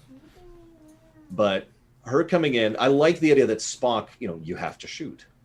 Logically, you have to shoot. And if you remember, he stands up and shoves his chest up against the phaser. And it's also the first time in this film Spock shows anger. Right. Like actual real anger. I mean, we could write that out, but I think it takes away from it in the end. In theory, you could write it out that they had a dampening field they didn't let her know about, that they just they knew, if they didn't know it was her, they knew who it was going to be, someone that had access to the weapons that she's gotten. Mm-hmm. And we could do it if we want to do that. The way to give it more gravitas is she pulls the trigger. She does fire. I don't think I would have her do it personally. And then it fails. I don't know that we would, but I'm just saying, if we deactivate the weapon, we pull away from it. We pull something away. So we either need to have her pull the weapon, we either need to have her do it, or her choose not to fire. I think let's just go with her choosing not to fire. I'm fully with that. It is fully in character for her. And even though it is a risky, dangerous thing, I could see Spock arguing Kirk into it, basically. Right. So, Spock, you have to shoot. God, he nails that scene. Absolutely nails it. Nimoy just does it beautifully. So she chooses not to fire. They take her, take her prisoner. And now they have the problem, because now they found the assassin, they found the evidence, but the peace conference is still going forward, and there's still risk because there's other members of the things. This is when Sulu comes in. Sulu gives the information, blah, blah, blah. And Sulu, I don't think I would change anything at all to the landing on Kittimer with one big exception. Does Sulu contact them, or does the Excelsior? No, he'd have to contact them, wouldn't he? Yeah. So, and he would be on his way. We could set that up too. Sulu's on his way to the Accords or whatever. Mm-hmm. The only real thing we have to right away when it comes to that, and this may be the big exception you're talking about, why do they have no security at that planet? We'll get there in a second, but that is related to that. So, rewind a sec. This is something that the movie doesn't state, but is related to what I mentioned earlier. Remember how I mentioned Sulu would be sufficiently connected to be aware of the operation on Praxis? I still like the idea that it's not widely known. It's just known to a few people, especially Sulu, who is a well-respected and well-venerated captain, which is neatly tied in the end, where he knows where the Kittimer conference is, despite most people not knowing where it is. A thing we could do, and he already knows it, but this could be also how he knows. Go back to Chekhov real quick. Mm-hmm. He says, he ends the USS Endeavor thing. He's like, well, they better get started. And the lackey goes off. And then he thinks for a second, and he turns, and he says, get me in contact with the USS Excelsior. Yeah, and then just chop there. Yeah, stop there. You don't explain anything. That's just, it ends right there. No, I like that. Let's push that in. So, Sulu contacts. We have the coordinates. Here's the coordinates. They have a ship that can firewall cloak. Surely joke. And they're on approach. So why is there no defenses over this planet? I'm gonna leave that question for chat. What do you guys think? Because if you remember, there are 0 defenses over the peace conference. Now, it is a secret, and very few members of both sides know where it is. Like we just said, that's but why you still Sulu, have no defenses is ridiculous. Exactly. Yeah, as I say, we can easily argue it being minimal, but why is it 0? I mean, maybe he destroyed them. That's how I headcanon that, because that makes no sense. He destroyed the ships before they could let anybody know. But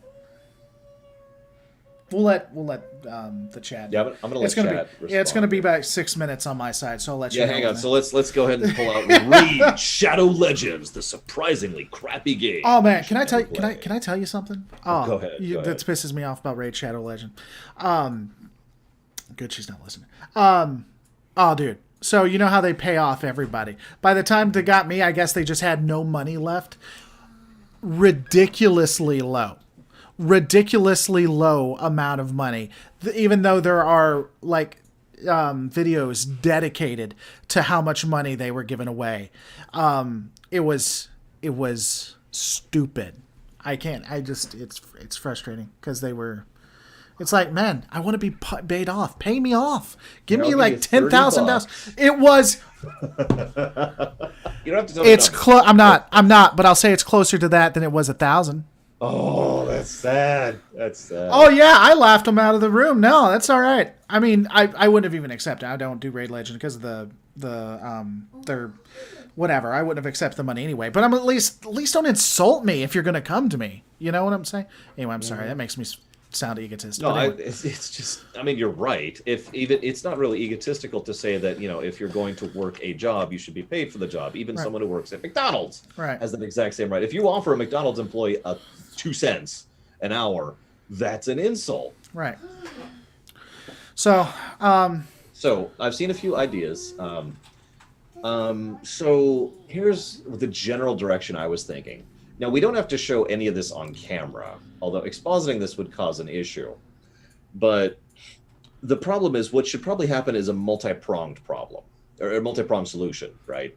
So I like the idea that there were only a few ships. Some of the ships were in on the conspiracy, so that removes some of them, right?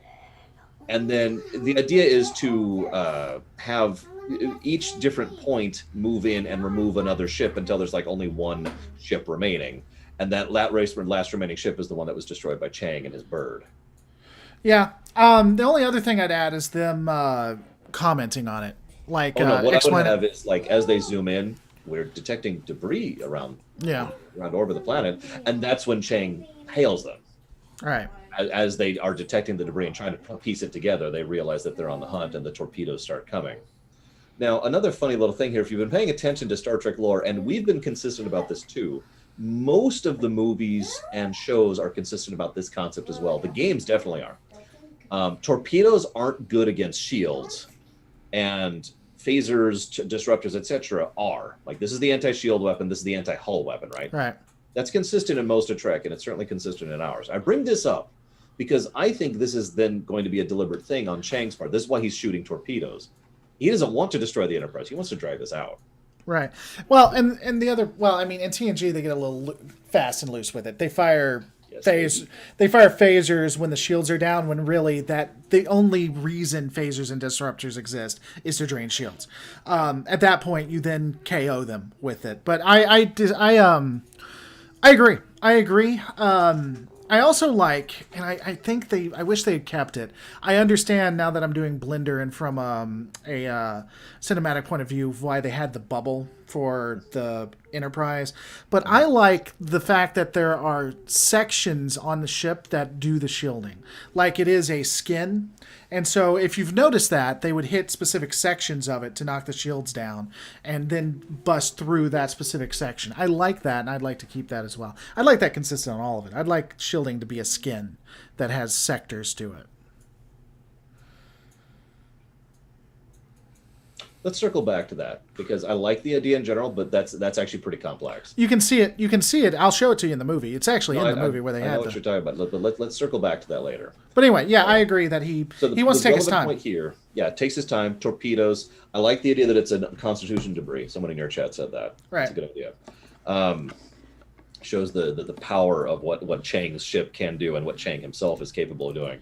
In fact, that ship probably didn't have the warning. The Enterprise is coming in, shields raised, ready for battle. Chang probably got the drop on that ship, but we don't have to say that. It doesn't matter.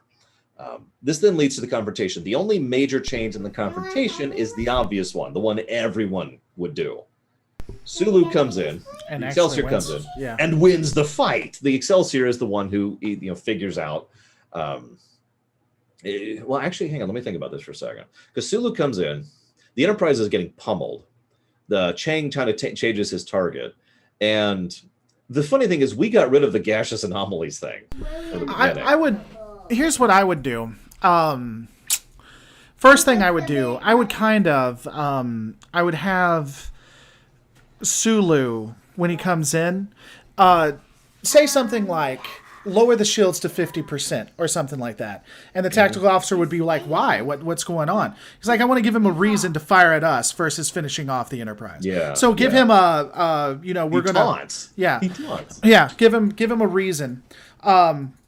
And then the other thing is you technically need 3, but do something like triangulation, where he talks with, they outsmart him because he works with the Enterprise to get the location. So the ships, when they fight him, they start going in opposite directions or counter to each other to watch where he fires, trying to get him right in the middle.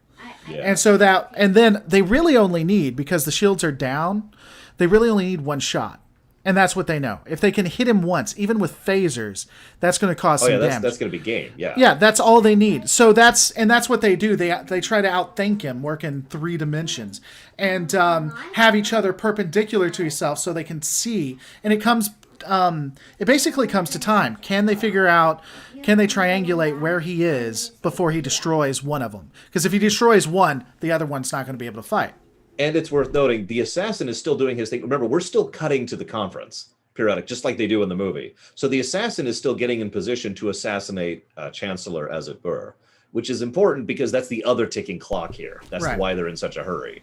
And they can't, of course, lower the shields to beam down because there's a bird out there with torpedoes, right? We could even make that a thing, though. He could be... Well, no, because they wouldn't know about the assassin. Do they know about the assassin? They suspect the assassin. That could be a thing, too, where they come down to it, and it's like, sir, what if it might take too long to find him? And he says, if we don't do it quick enough, we're going to lower the shields and beam him down. Sir, they would kill us. Yeah, but we'd stop the assassination. Yeah, no, I like, and then that could be a line. I'd have Sulu say that. Yeah, that's what I'm saying. That's his style. That's I think how I would do that. I would have Scotty probably be really directly involved with finding this sucker, because remember, this ship, and probably that in fact person, is the one who destroyed his station and may or may not have killed his friend. You remember that back in Star Trek V? Yeah. The station he was retiring to. Right. And so I want Scotty's payoff here. This is basically going to be a Scotty scene. This whole conflict and it's going to be primarily focusing on him as he's constantly, oh God, this, why doesn't it? I need better sensors. Sulu, what? Sulu, I time into your ship. You want me to just give me your ship? Okay. Right. Yeah. Instead of Sulu saying that, though, the science officer is like, "What are you doing?" And Sulu just looks over. Give him the command of the ship. Give him the command. Okay. Yes, sir. Here you go, Captain Scotty. Thank you. And so, Scotty, like I said, this is a big Scotty moment. Forgive me for not going into so much detail, but the idea is most of the camera is going to be on Scotty as he works with the Excelsior to triangulate and find this sucker, figures out the gas, figures out the way to scan the sucker. And I don't know if we want him to be the one working on the torpedo instead of Spock and McCoy. It almost doesn't matter. But I want Scotty to be the one to say or push the fire button, one of the two, when the homing torpedo goes. Well, I mean, let's just replace. So if we're going to make it Scotty centric, Scotty Scotty realizes that he can do it through a torpedo after he gets all the sensor data. He's like, I can do this. I can figure this out. And I was going to say it's comm, but it's TNG, so he doesn't do that. He hits the little thing and he says, Mr. Spock, I need you in torpedo room 5. Or Oh, whatever. yeah. And so it's Scotty and Spock who do this. Yeah, and then so Scotty, and he says why, and it doesn't have to be surgery, but something like that. We're about to save the world. Get in the car, and so they go and they do that. He's working on it, and then they finally figure it out, and so they fix it. They do whatever to the thing, and he actually hits the button and it sends it through. He doesn't even contact or ask. Yeah, no he fires contact, it. no orders. He just plonk, hits and the button. Yeah, it just goes off. To be or not to be, bam. And then the Excelsior detects it and just, I know that both attacking is neat. We can keep both attacking, but I kind of like the idea that the Excelsior absolutely obliterates this sucker. Right. Just in seconds. Because the Enterprise has taken a massive amount of damage anyway. Exactly. And I would even give Sulu some kind of action thing to say. I know that's cliche, but he said now that it's fair or something. I don't know. I'm not stung to that, but it would be interesting to give him that moment. And then, the Excelsior just annihilates it. Yeah, just absolutely obliterates He it. quotes Shakespeare back at him. He says something else. He's like, I've read that too. I don't know Shakespeare off the top of my head to do a no one that's appropriate enough for that. But yeah. Anyways, this then leads to the beam down. So someone in chat pointed out earlier that, and this is actually relevant, Martok's eyes weren't damaged early on in DS9. Now, there's a niggle there. Spoilers for Deep Space Nine on the off chance you haven't seen it in 3, 2, 1. The Martok we see at the beginning of Deep Space Nine is the Changeling. The first time we encounter him, that's Changeling Martok. That's not the real one. We don't see Martok for real until quite a bit later. Now, as I've talked about on my ruminations, that was never even intended. They just wanted to bring, I forget his name, the actor's name back as Martok because he was so beloved. So they wrote in the fact that the real Martok was still alive on the prison thing so they could bring the real Martok into the show. Now, the reason I bring that up, though, is because it is relevant that he got the eye injury in the prison, if you remember. All right. And but that's shorthand. Reject that. Yeah, that's shorthand. That's all that is. That's writing shorthand. Hear me out for a second. Because you're right, it is writing shorthand. It's a way to distinguish Changeling Martok from Martok for people who didn't pick up on that. Right. I'm okay with keeping that shorthand. And for that reason alone, I think we shouldn't have him scarred here. I'm not tied to it. It was just a point that brought up. But it's a good idea. People have no idea why this is relevant just yet, though, by the way. That's fair. They don't know what we know, so we might want to tell them what our plan is. All right, so, point being that I think we shouldn't do the eye thing. That's all. Okay, I agree. So let's tell them now, what we're someone going in chat gave an idea, and I've lost it. I was thinking it was in your chat. Someone mentioned an idea that Martok is Beck Martok is one of the people who's actually like, what's going on with the chance? And I still like looking for the assassin. Looking for the. I still like the idea that Martok takes out the assassin instead of Scotty. Yeah, and that's what we're talking about. So they beam down. They're trying to get to the and here's I think where he can shine his little bit of shining for it. They're trying to get to him, but the security of the Klingons and the Federation and Starfleet are successful in holding them back. So he's holding all of them back, including Scotty, and they're like, the assassin, he's an assassin or whatever. And it's Martok who sees Kirk, hears what Kirk says, and goes and takes out the assassin. And when asked about it, we can bring it, he's like, I trusted that Kirk. No. The way he would say it, that was a warrior directing. Right. And so I was directed. Yeah, that's exactly really basic like that. Yeah, and that would be the thing though. So at the end, after he does it, Martok actually saves and stops him. They ask him, it's like, why did you trust us? And he looks at Kirk and he says, I know when a warrior is being honest, or I know. Yeah. I know. We could polish the dialogue, but you get the idea. Yeah, a warrior knows another warrior or something. Mm-hmm. And so this then leads to a scene that doesn't necessarily need to be in the film, but I want it in. So if you remember the plot, what? Nothing. Go on. I said they kiss. I said Martok and Kirk. That's how it ends. It ends on a kiss. That's the end of the film right there. No, the film ends on a character-centric piece, which it should, but the plot is wrapped up in seconds. If you've seen the film, you know what I'm talking about. Less than a minute. There's Kirk has this speech, And then Azitber has one line, Kirk has a line. That's the end of the wrap up of the plot. Since this is the end of an era in many ways, and the end of this string, 1 through 6 has all been one story, I feel like we're okay with fleshing that out a bit more, having what is effectively not an epilogue, but an ending in that section. This is when we discuss some of the consequences and fallout of this, right? A warrior listens to truth. I like that phrasing. So several things would happen. Now, we've already talked about this, but the Klingons would get... So there's two sides to this. Part of the treaty is that the Klingons would gain a representative on the Federation Council. Right. Now, we've talked about how this isn't a full federalized member, but the general idea is that... Yeah, Coda, thank you. Because we're not at the epilogue. The epilogue's after this. That's the character stuff.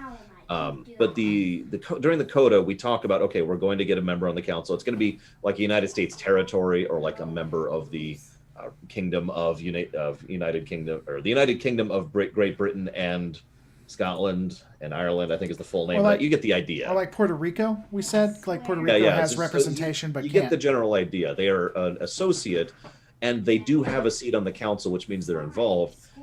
This is my idea. I want there to be a Federation house in the Klingon infrastructure. We were talking about that, and I think that then goes into DS9 quite well. And I agree. Like, if either it's formed or a couple of houses combined together to become a Federation house, and a part of that is being the representatives. They're just known for the Federation. And I agree. I think that should be something there, and we could bring it up. And specifically, either infer or outright say Martok is going to be a part of that as kind of like an honor to I would probably say it outright. In fact, I like the idea that he volunteers for it. Right. Like he's like, yeah, no, I want to join House, whatever we're going to call it. Right. We will have to come up with a name at some point. We'll come up with a new name because the whole point is that. House Rozhenko. There we go. So I'm kidding. Maybe I'm not. It's not a bad idea, actually. Now that I'm thinking about it. Whatever. Federation now. We'll call it the House Federation for right now. And so we've got those two beats there. We could spend some time in this scene to try and hammer out some of the things that are going to be laid out going forwards. We don't have to do too much because most of this stuff will be implied or stated in reverse in TNG. But that was the big one, is the house thing. There was one that helped me out, Reloaded. There's another thing that we wanted to address here in the plot ending, and I don't remember what it is right now. Oh, my memory's horrible. I'm not completely sure. So you have Martok. Well, let's think about it in this terms. What else are we setting up here? What else is going to happen in the future that we want to show on camera? Well, Martok choosing to be a part of the Federation House was going to basically paint his career. I'm not sure if that's what you're talking about. Then we had... Kor is involved. Kor is going to be a cameo, by the way, at the Khitomer Accords. Yeah. Kor's there. He's just a cameo, but Kor would be at the Khitomer Accords. He is a very high aristocrat Klingon. He would be present. Was it anything you're setting up for the Federation in TNG? I'm trying to remember. See, this is why we fill out the sheet before we go live, sir. Actually, I filled out the sheet weeks after we finished these videos, if you remember. But not Undiscovered Country. Look, it's got nothing there. Look at that. I know. That's because I've been working with this stupid thing. You haven't copied it over. I guess we could just chop it. If we come up with anything else, we could slot it in there. But that's the scenes where we have the coda. We talk about things. We talk about how the future is going to unfold and little hints of that. If we really wanted to, we could have. It would feel out of place. So I'm totally cool with not doing this. Exactly, Sheriff Yoda.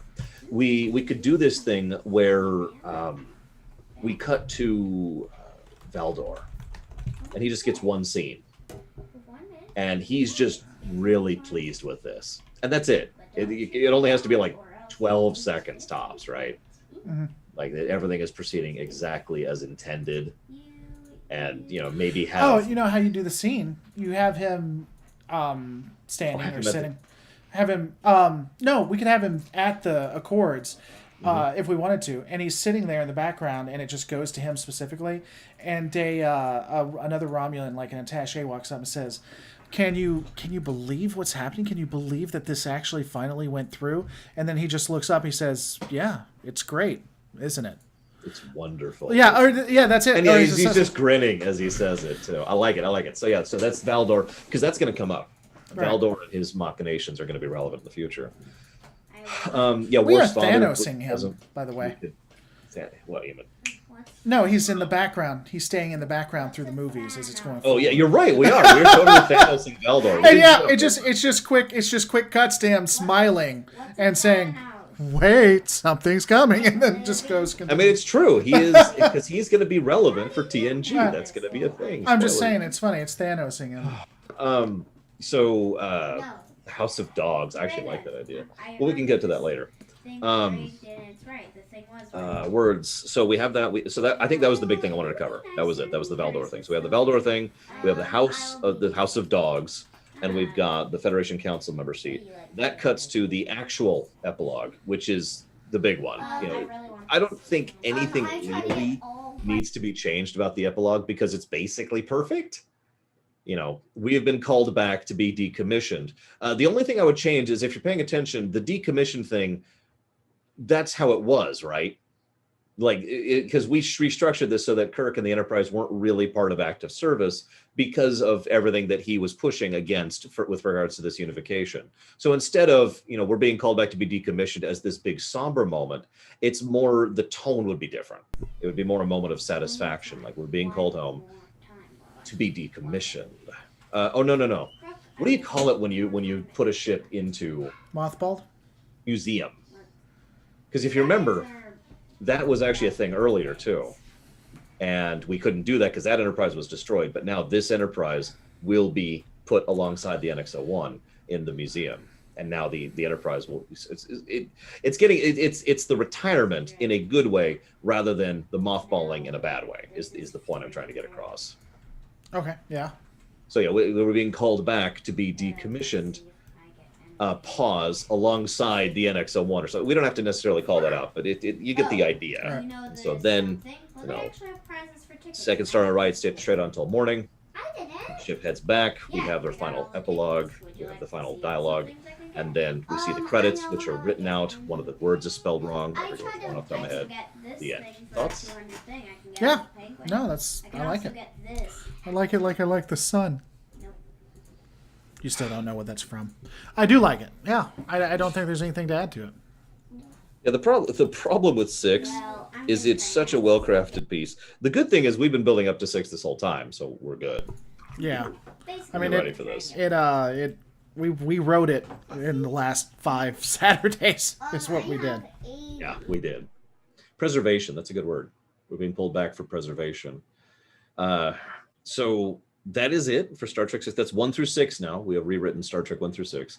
I am hopeful that he will have the time to do like a summary video of all these things, because I certainly do not. Oh yeah, I will. There'll be a summary of everything that's happened. If you can just help me out and with the bare bones, so we can write all that in Undiscovered Country. I've written in some of it. I haven't written in all of it. Sure. But yes, I can do that. But yeah, so there'll be summaries for that, and then we're now going to Enterprise. We're going to start the series, we're going to cover Enterprise next. So we're not doing the rest of the movies until we get to the point where that's where it makes sense. So we'll be doing Enterprise. We're going to be doing them. The season 1, I think, there's not really an arc to latch onto, so that would just be the season, don't you think? I think we should have that conversation later, is what I think. Okay. Well, I need to know so I can plan out how I'm going to address it. Okay. It doesn't have to be it doesn't have to be here. I'm just saying, if it's a season, then I got to watch 2 episodes a day for the next 2 weeks. If we're going to do an arc, I just got to watch that arc. You know? Yeah, I get you.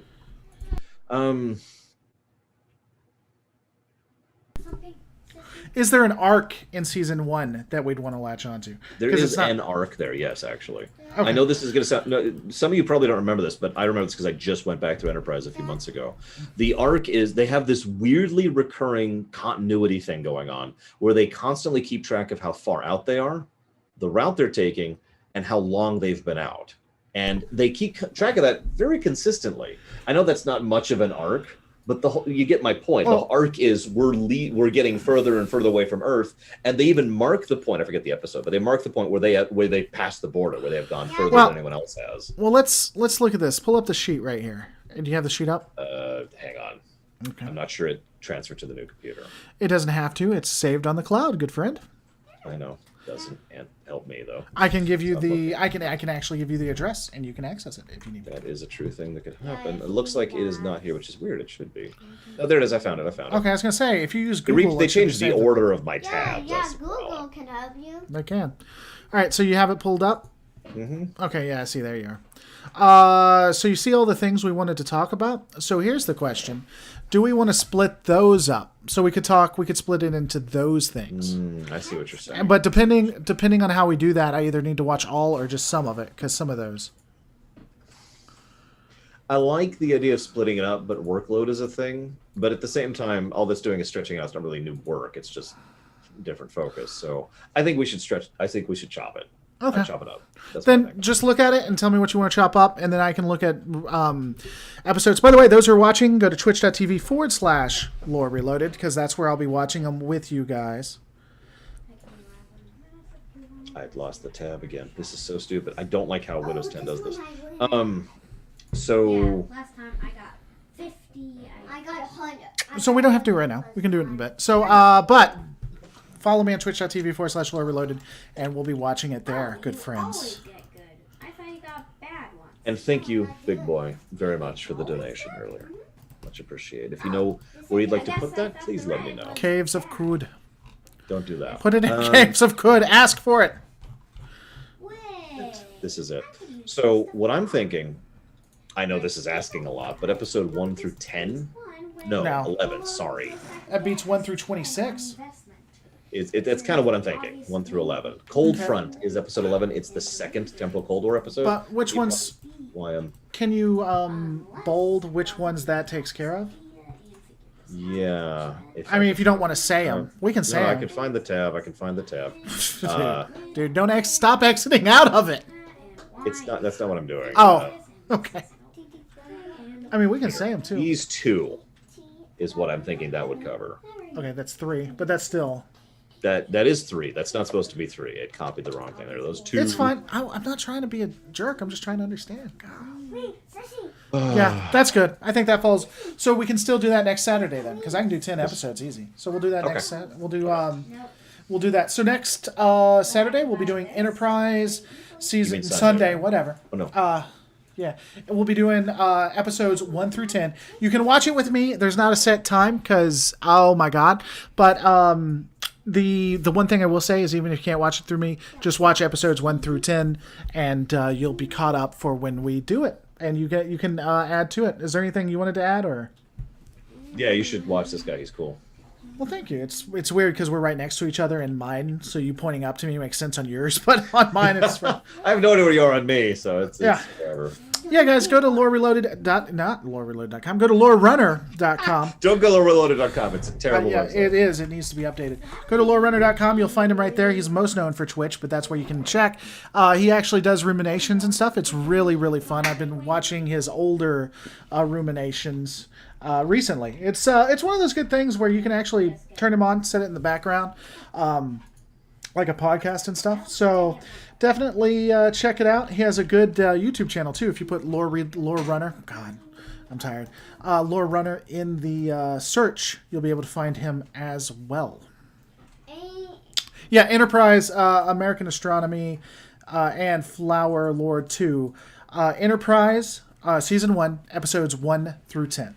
Hopefully you can watch them with me. I'll be doing them on Twitch, twitch.tv/Lore Reloaded. But if not, if you watch those, we'll be caught up. Yeah. And I'm going to go ahead and chop off from my end. I will see you guys, as she said, we'll see you on the next one. Tomorrow, 9 a.m. Eastern Standard Time.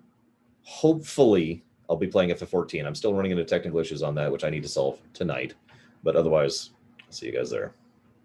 Guys, thanks so much. Don't forget to rate, comment, subscribe, and I'll see you on the next... What is it, girls? Lore Reloaded!